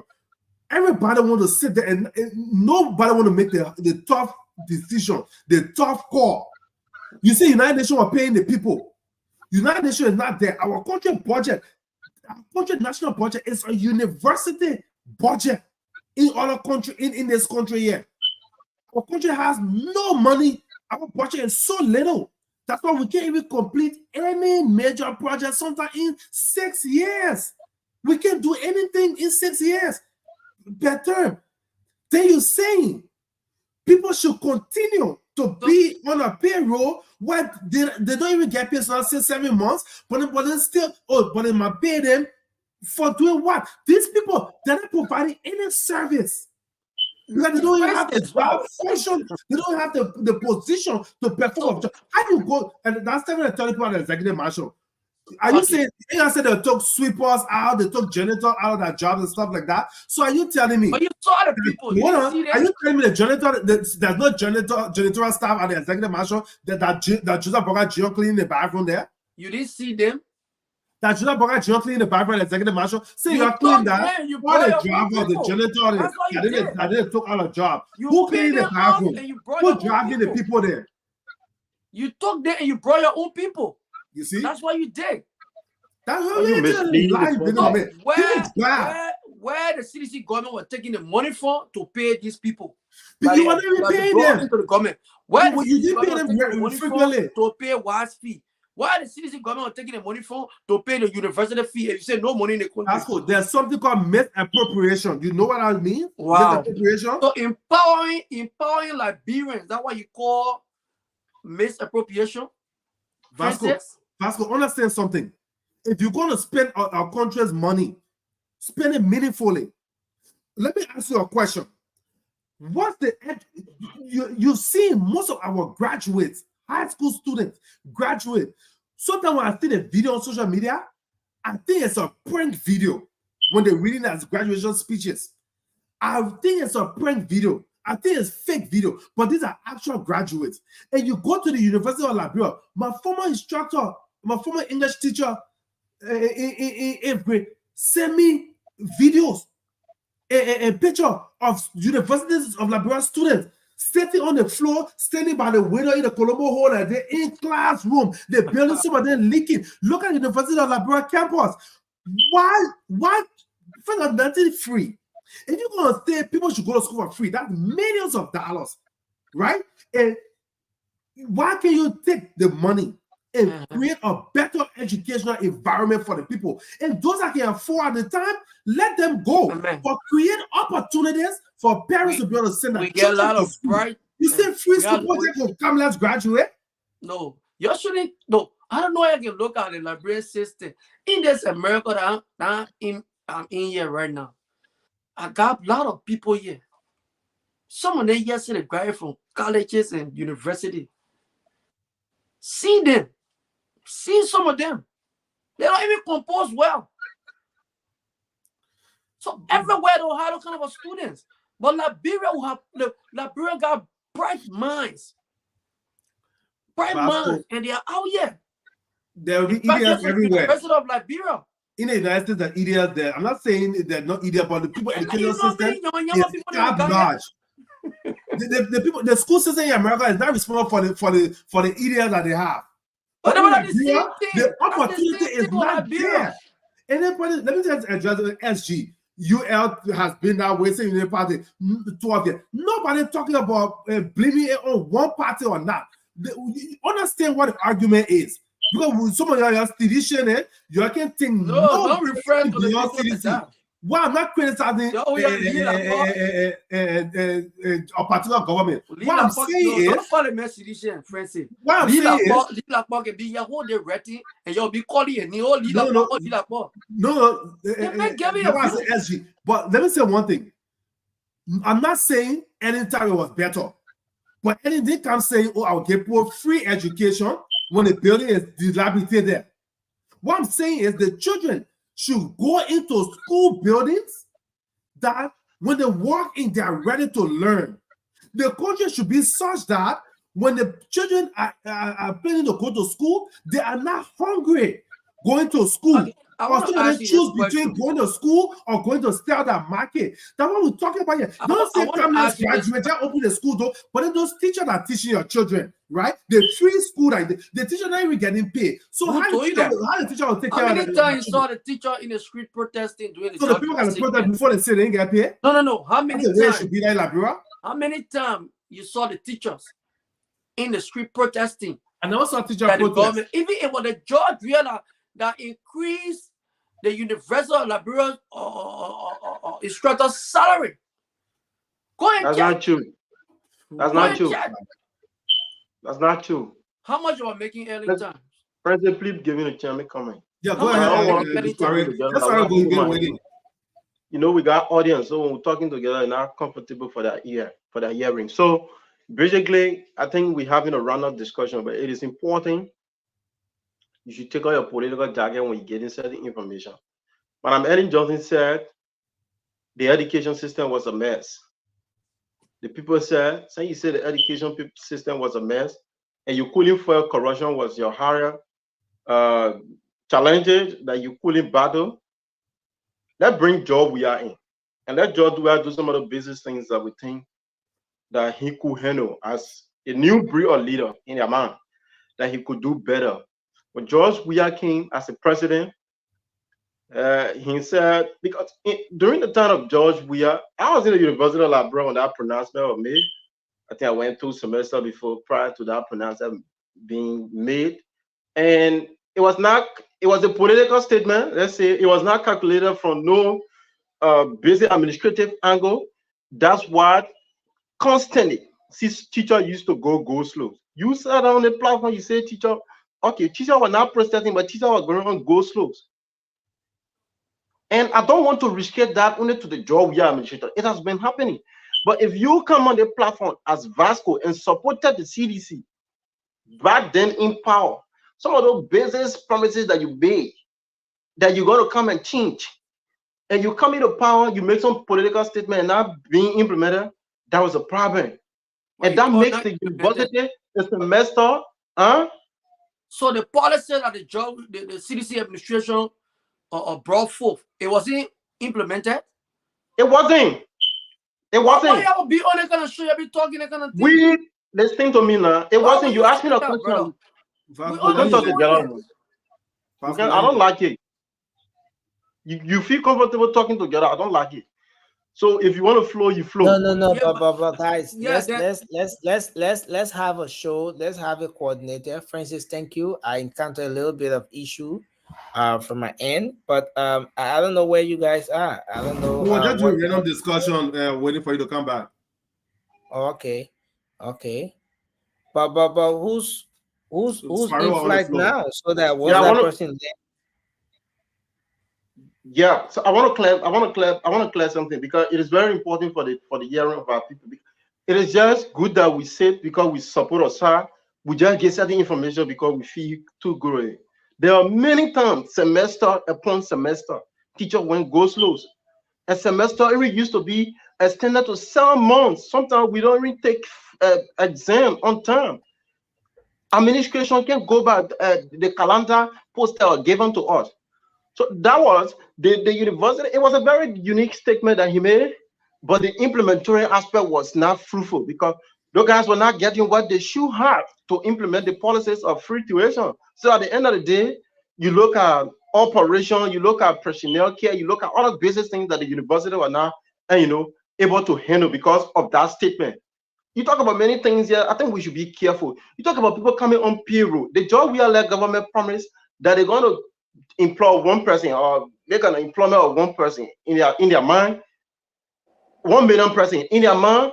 The only way they think they could have achieved that, it is to bastardize the payroll by bringing more people and not looking at the feature trends of it. That's where you see harmonization, all the business things coming. They want to harmonize pays from other areas to get other people paying. But at the end of the day, it backfired because people used to go 2-3 months. They're not taking pay. And you, Vasco, can acknowledge that. You can Sorry, acknowledge that 10 on this seconds to platform. Vasco and respond. So at the end of the day, most of these statements that were made by John Weir, but then they were good on the surface, but the implementary aspect was poor. And at the end of the day, today John Weir is not in power because of some of those business things, because people weren't taking pay. People very in the government, in the CDC government, for the government. Vasco, 30 seconds, then Nelson can come in. Wow. Every time I say I play politics on this and play politics on that, you will sit here. I just ask you a simple question. The policy that the CDC government came up with, what was the policy? The policy was what? Free tuition for university students, public university. And you telling me that policy didn't work? I know that there will always be obstacle when it comes to payment. That is something that in Liberia always happen in the university. But I'm telling you, what was the policy for the government for people to go to school free? And it worked for the number of years they stayed there. I'm telling you about policy that the CDC government implemented. What happened to the WAS fee? It didn't work. It worked. And I can tell you for sure today is the CDC government that took university teachers' salary. Y'all paying university teachers' salary maybe the $600-700. We took them to close to $2,000. Call anybody. I got it, man. They got teach at the university or Kanyo Babala. They got a lot of people that teach at the university. Vasco, quickly, before Nelson come here, I don't know if you're ready yet, but one thing you fail to understand. Don't mislead the public. Hold on 1 second, sorry. What you fail to realize, Vasco, is when implementing a policy by saying free tuition and just leave it doesn't mean it works. Just by saying, no, Vasco, I'll let you talk. Just by saying free tuition for university. No, Vasco, stop. You are talking out quiet. Just by saying free tuition policy and then people go to university for free doesn't mean it works. For something to work, is outcome. It's what the students are benefiting, what type of education, what quality of education, what you should have done if they want to do anything for free. It should have been free primary education. Secondary education is not a right. But there was free primary education. And then focus everything on nurturing the minds of the young folks and put more money into public high schools, public school system. And then when those children are able to read and write, do basic arithmetic before graduating high school, they can decide they want to be HVAC engineer, electrical engineer, or plumber, carpenter, or go to university. But you just take people that the high school education is super in Liberia. But then you see they should go to university for free. So they'll see people that do not even get quality education in high school. They're going to edu for free. Then the teacher is not even getting paid on time. Then the teacher is taking bribe. The moment they said free education, all the pamphlet prices went up. Registration fee went up. So at the universities, they subtract the tuition. I pay university registration fee. Unless people eat my abo, and I pay for pamphlet. Let me tell you something. That's it. What was the registration fees? The people that leave high school, man, that because it's still something free and people go there free, make it good. What's the outcome? What's the product? I can tell you under the judgment education. So guys, I want us to make a quick transition now. Let's listen to the president when he arrived today at the airport from the the trip in the US. It's a very brief interview. Let's listen to it. Yes. Shoot. So, welcome, Mr. President. You just attended the U.S. Africa Business Summit. Can you tell us what Liberians are expected to get as benefits from the just ended summit? Summit was about investment. It was a business summit where investors ourselves met to discuss what were the needs and who were the people that we're dealing with, including people who are already in the country who are doing business. But before that, there was the MCC meeting. The MCC is about good governance, how you manage the country, what are the things you're supposed to do, the people. When you do them well, then the American have put into place was a program that George Bush launched many years ago. I think it's a very good program. It all says, what are you doing for your country and your people, and how well are you doing? Very stringent. You do well, you are rewarded. So that came first, and after that, the investment forum. Investment forum is to attract people in the country, resources to invest in our country. Went very well. Okay, the second question from who?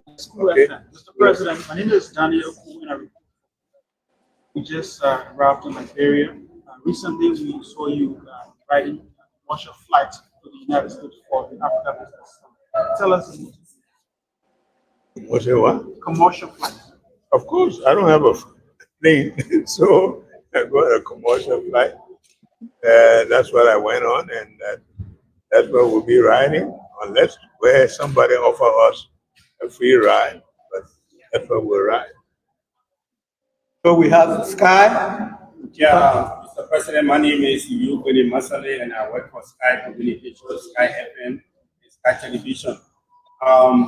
Your visit at the U.S. Africa Summit, we witnessed that you took pictures with Kosovo president, and political pundits here in Liberia are saying that Liberia has to benefit from you meeting Kosovo president. What do you say about that? Well, that depends on their understanding. Even if you don't have anything to get from them, you have friendship to gain from them. That friendship can lead to maybe you think about billionaire country, but there are other countries who have assets that are of benefit to us. And so we don't close any door to any country. We make sure all Liberians think about is what money you're getting from the place. You can get education, you can get some experience that you need to gain from them. Relationships are built for different purposes. That's what we did. Thank you so very much.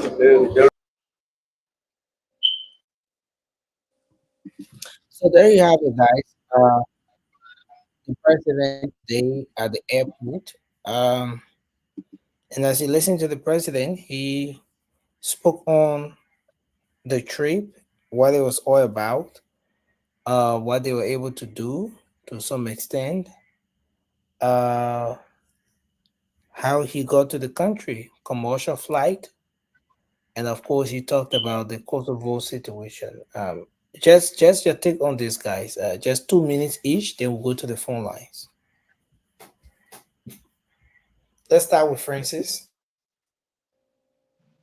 Yeah, I mean, I'm glad he had a safe trip, to the U.S. and back.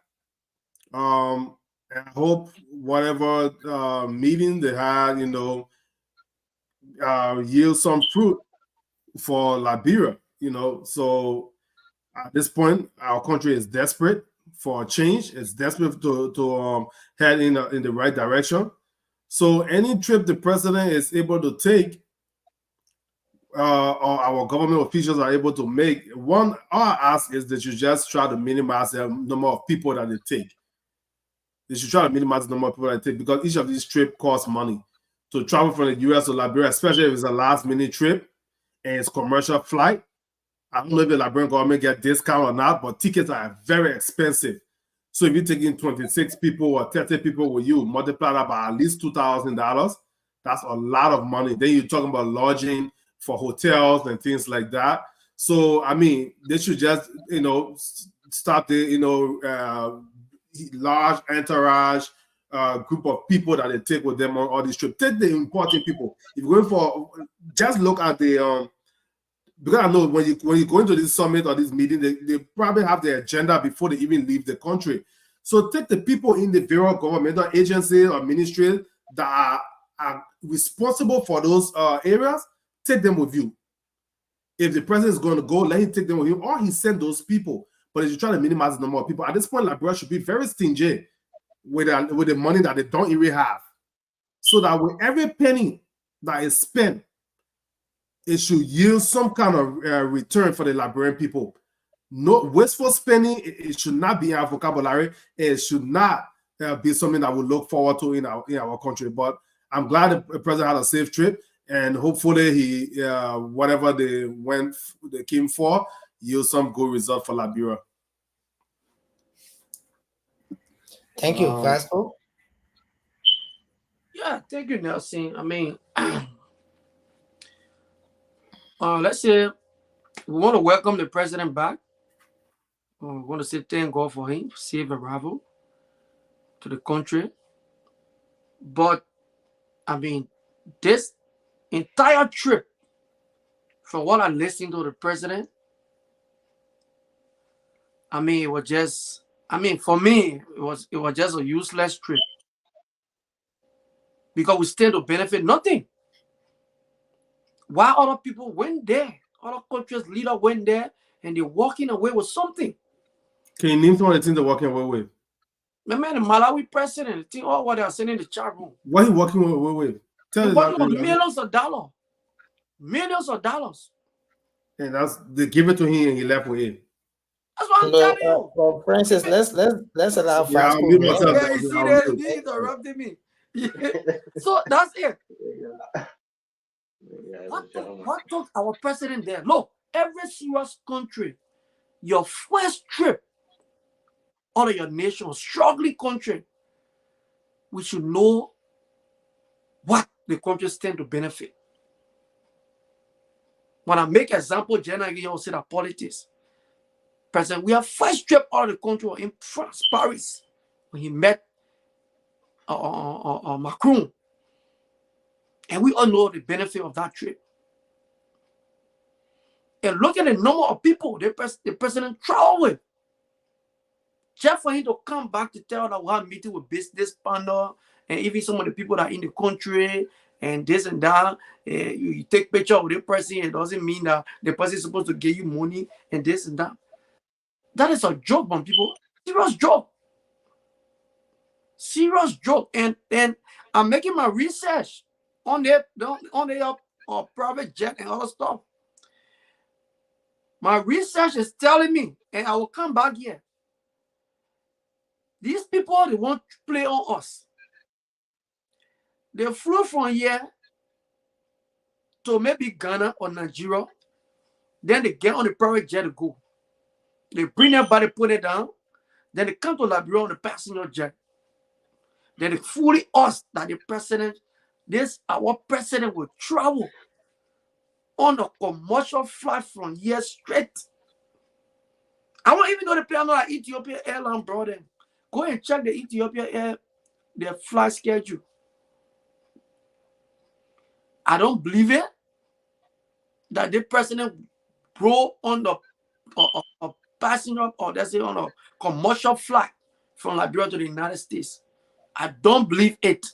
Because they know if the private jet comes to Liberia, there'll be a lot of noise.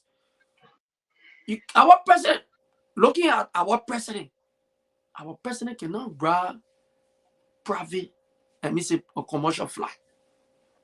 It is not good for him. So they shouldn't fool us. It might just be from Ghana to Liberia. But we're making research and we'll come back here. And if people want to doubt us, we want to see the itinerary. We want to see the ticket. Like the same thing Delon did.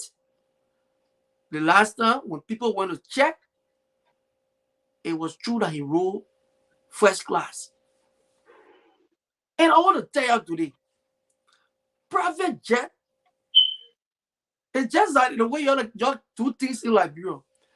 So commercial flight, so commercial trip is even expensive than a private jet. You're going read on it. Like the trip the person I'm making carry close to 40%. You know for the one round trip ticket to go and come. But if I got maybe 10 or 15% and putting it on a private jet, you know the cost going to be very low than the 20, 30 people you put it on a commercial flight to go. All right, Vasco. Thank These you. are just logic. Thank you. But the entire trip was just nothing. Liberian money, taxpayer money got spent for nothing, and we still to benefit nothing. Thank you, Vasco. Sorry, you got the flow. Yeah, thank you. I'm glad I'm speaking before somebody who just like drama and triviality when it comes to basic serious issue. Mr. The president said, give me chance. You're very intolerant when it comes to listening to people. And people condone all of your basic drama you bring on the platform. You listening to Vasco telling you, say the president went on a useless trip, meaning it was not meaningful at all. You listen to the president speaking on a program that he deliberated well on basic subject that has to do with food security, that which he has some level of control over the subject matter. You listen to the president in the state of Atlanta, when Liberian in Atlanta welcomed this president with their all by saying they will come back, they'll be doing the program they call, I don't know, they got a phrase there for you. They'll be getting some university professor from their campus, from their university, to come in Liberia, basically in the University of Liberia, to be performing some business education, Cottington and other public university. Then you say the president went to America with nothing. You listen to the president today. He said he had a conversation with this president from that country. I don't know. Can somebody call the country for me? From the country, when people said it was not, it was not important for him to have had a conversation with that president because they saw it not being necessary, and it was not fruitful. It was useless in their mind. And he said that was their thought. But to even have a conversation with a certain president is unique in diplomacy. I'm not a diplomat or pretending to be one, but in diplomacy, if you have a friendship with, for instance, I had a friendship with Vasco, tomorrow I can have a say in whatsoever crisis that's happening in Vasco country. So these are basic achievement in diplomacy. If I have a friend in different country and that country is going through, and he said certain thing today, he said it's not all about what you get from other nations, but again, some other nation needs something from you because we have something to offer. We are not just one country that just gave up, go out to other countries to beg. There are other countries need something from us as country. That wish was very very unique. So to sit on this unique platform, that you have many intelligent people listening out there to say the president trip was useless, it was like this in your mind because you want to play some drama. I think it's unfortunate. It's very disheartening. We shouldn't be listening to things like that. You talk about the plane. It's point of corruption. That plane that came into Liberia, it didn't come from Ethiopia. It was Air Brussels. And you listen to the president and you listen to the general who were even doing that recap. He make it clear. He said this is Air Brussels. And you telling us that the president will ride a plane to stop certain error to come and fake to the Liberian people? Vasco, come on. Let's get in our red man. Sometimes let's think good about Liberia when it comes to these things. Let's appreciate what should be appreciated. In the past, we had the guts, we had the courage to say things that were good. We had the courage to criticize things that we think was not correct for me as individual. So I'm begging you and urging you, if Everything should not just be politicized. We understand that our country is going through some constraint, but this trip was worth, especially the president who just came into power. It was very necessary for him to have gone there with some people from various ministries to strengthen the conversation. It was a very unique, successful trip, and we look forward to more information because we don't have a detailed information as to who they met and what are some of the basic things that we're going to be getting in return as a country. But some of the program I watched, these are achievements that the president made on that trip. So thank First you of very all, much. Vasco want to talk about the president. One of the Yeah, president. man, you finish French, say you won't come back again. No. Vasco, the many things close to 40, but 26 people is not close to 40. My man, the man so close and to also 40 George people. Weah used to travel like a And rap first group. trip. George Weah trip used to be like gangster rap going on tour. No, yeah, no problem. But what would not You empower take again? almost 100 people, 50, 60 people, and Yeah, Francis, that is the reason why we watch not World empower. Cup. Vasco, let me finish. Go to the World Cup for 48 days. You know how much it costs to liberate people? You will not survive. How much it costs to liberate people? When you're sat, that's the problem. The minute Vasco, we can be talking together. You know how much it took for the Liberian people mouth? That 48 days trip to go watch it. Even his son, Vasco, even when his son was kicked out, you guys were kicked out of the tournament. He stayed there. Just you for know pledge. what we brought for that trip?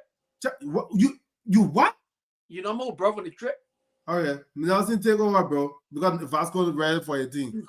But ask anybody what we brought for that trip. The president just jumped off here to go watch football game. The president went to the United Arab Emirates and met a prince. You know that. Can we transition? Can we? That's why I said we're not comparing government here, and y'all need to stop because you cannot compare your United Party government with CDC government at this time.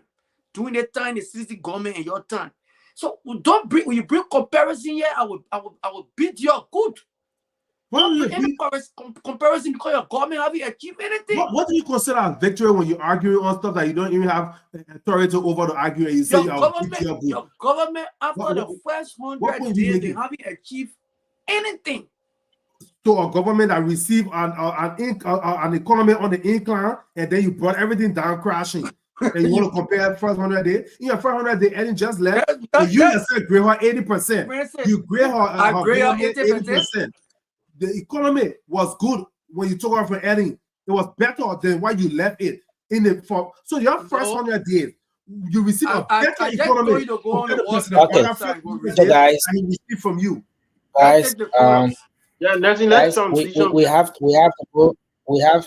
go to the phone lines and take some calls from our folks out there. Let's our audience. Don't take conversation. Then we will come back to do our closing.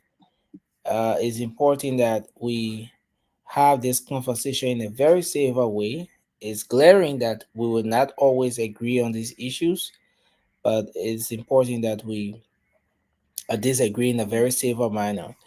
Let's take some calls now from our folks out there. If you're watching the show, you can put your calls through WhatsApp. You can call us on WhatsApp and make your input on these conversations here tonight. Let's take our first call. Hello, you're live. Your name and where you come from. Good morning, Justin. Good evening to the guys there. This is Godwin calling.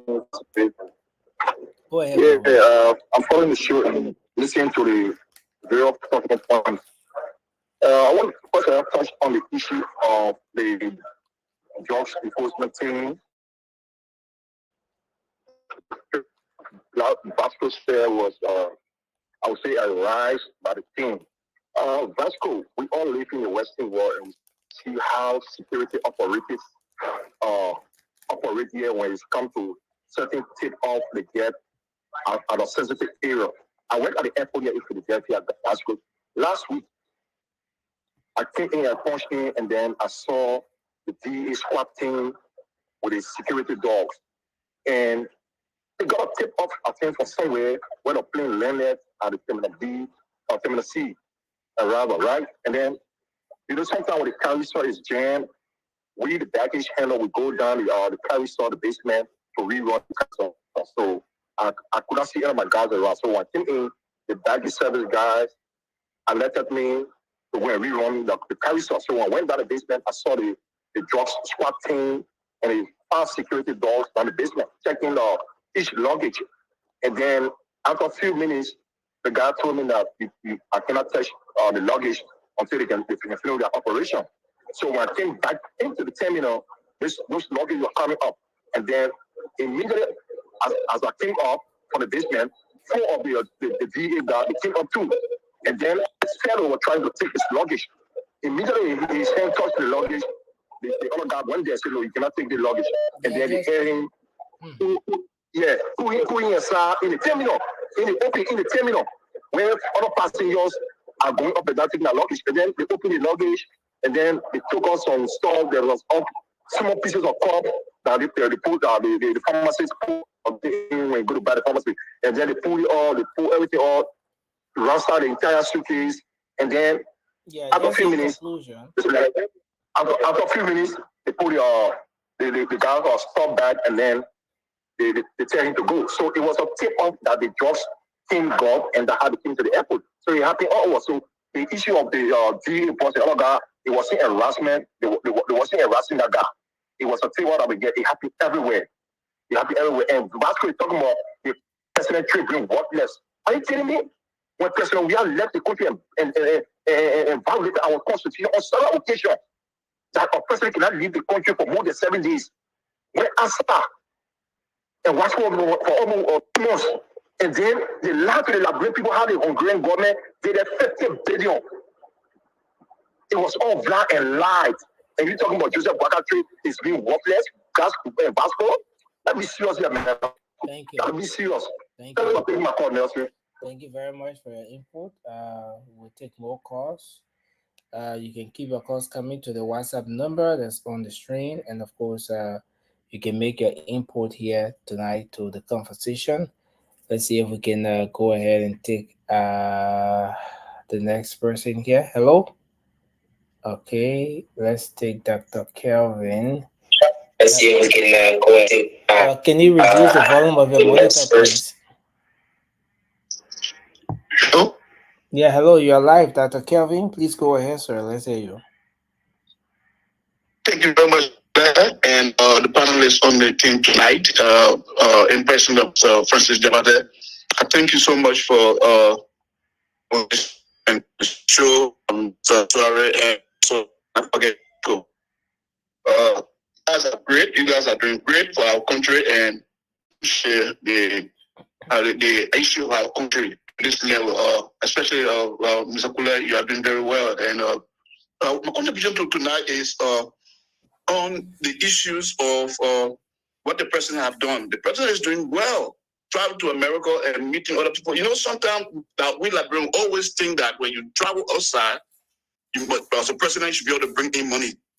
Yes, it is true. It would be good that we can expect money, but you also bring about knowledge. You create the acquaintances, the awareness for other people, and he project our image outside. For a long time, Liberia has not been being seen on the world stage and taken us seriously over the past 6 years. Mr. Vasco, we stop playing politics here and we stop getting politics and be serious with our country, because this is something concerning our country. This is something that we all need as a Liberian to put our hand around this president. The president is working, but if I say everything is 100% correct, that means I'm wrong.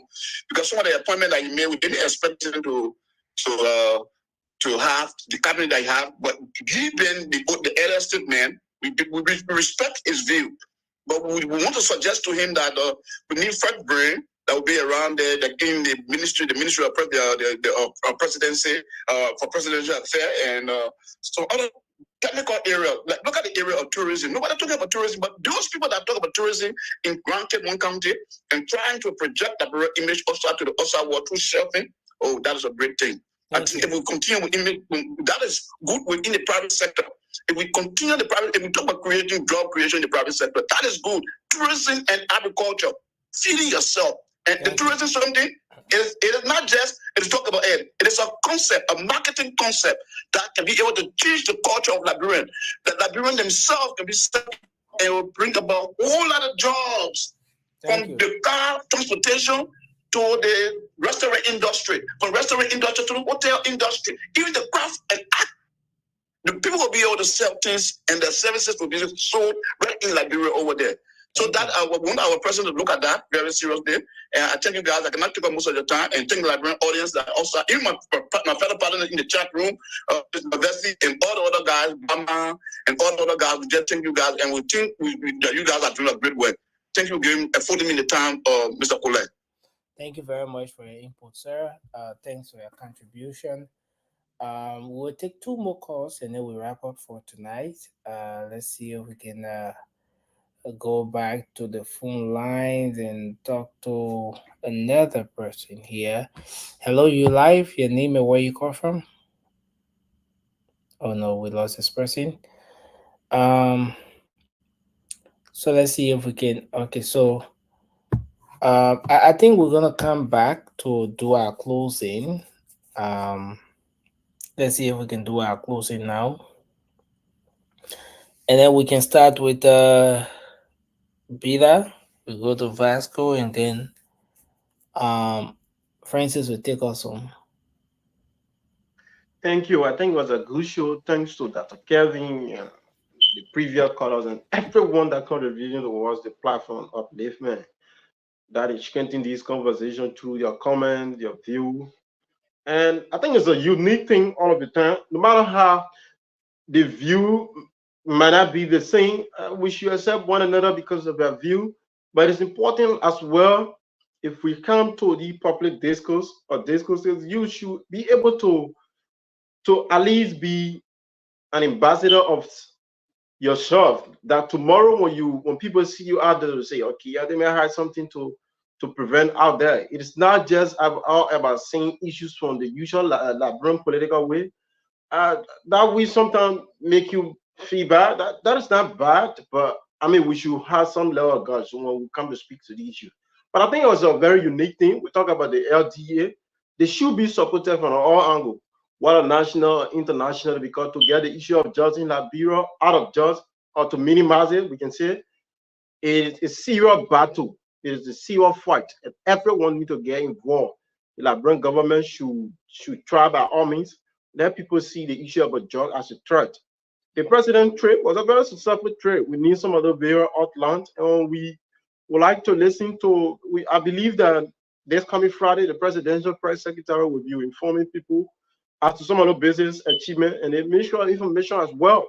So let's get some of the detailed information as to how the president trip was like and what are some of the business achievement, what we expect to get as a country. So we cannot live on speculation, because the reason you see sometimes Vasco and other sedition or other Liberian as well who has not sedition speculate on business issue is because they have limited information as to how their government running. So if you have limited information, it's a threat to the governing, it's a threat to the your information out of the government, because more of the people speculate. When people speculate, you have more job to do.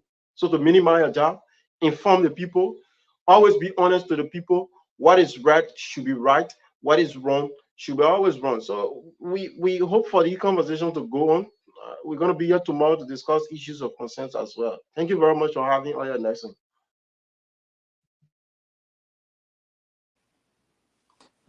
All right, so Vasco, you can go ahead. Yeah, it was a great show, and I want to say thank you, Nelson, for affording us the opportunity to come and say what we have to say about our country. And I want to end like this. I'm here. I'm not a strange person to Liberian politics. I'm looking, I'm observing, I'm seeing what is happening. So when I come here, I speak on what I see and how I see it. So, the same way you guys come up here to explain what you know and how you see it. So if you guys come and speak, I don't go after you or say, oh, when you're saying this, you have to say that. In your mind, in your own mind, what you're saying is right. To you, is right. And I can change it. And when I'm here, whatsoever I say here, I can back it. I have come here, I said a lot of things, and you guys doubted. And we came back here, and I provided something for you to see. I don't just talk here. Yesterday when I talked about the economy, I wasn't just talking. I sent something. And I keep telling you, go and check the World Bank so you will know why the CDC government left the economy. So economy is not about the prices. Because red price go up today and come down, so we mean the economy was bad. No, that was not it. During the CDC time, you saw US rate drop to the lowest. And which one of the regime taking the US rate up now? These are the indicators. Where you saw you know how long we kept the red price? You know we kept the red price from the time we took over up to almost the last year of the election. When the government stopped paying subsidies to rice importers, that's the time the rice price went up. So when I'm speaking, I'm not just speaking. We saw everything. So I will not sit here and y'all want to say this, you want to say that, you want to say things that is not factual. This is your government right now. This is the government that we have to deal with. What happened in the CDC time is the past.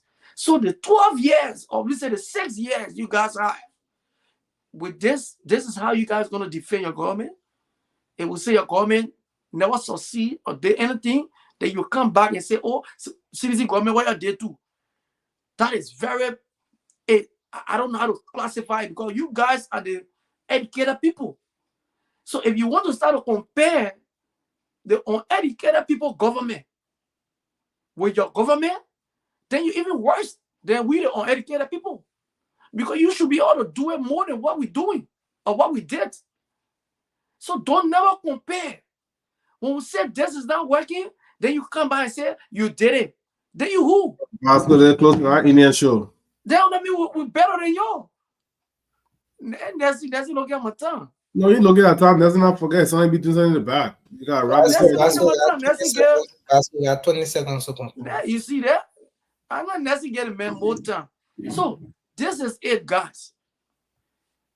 I'm here to let the Liberian people know that your government needs to double up. Your government has failed in the first 100 days deliverable the promise of the Liberian people. And since your government came into power, there is no achievement. There is no policy your government have put forth and have completed a policy. Every policy that your government came out with been a failure. Thank you, Nelson. Okay, Liberian people. Vasco then are the reason CDC will never see political power in this country. Because they are all so loser.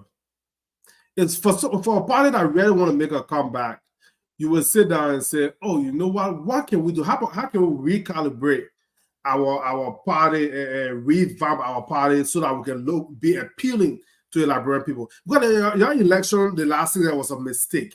And I can tell you, the next 2029 election, you guys will not be a competitor. Let me tell you, a lot of other people, the likes of Taiwan Gonglo and Clarence Manuwa, those people are going to be competitive because John Weah was a fluke, was an accident.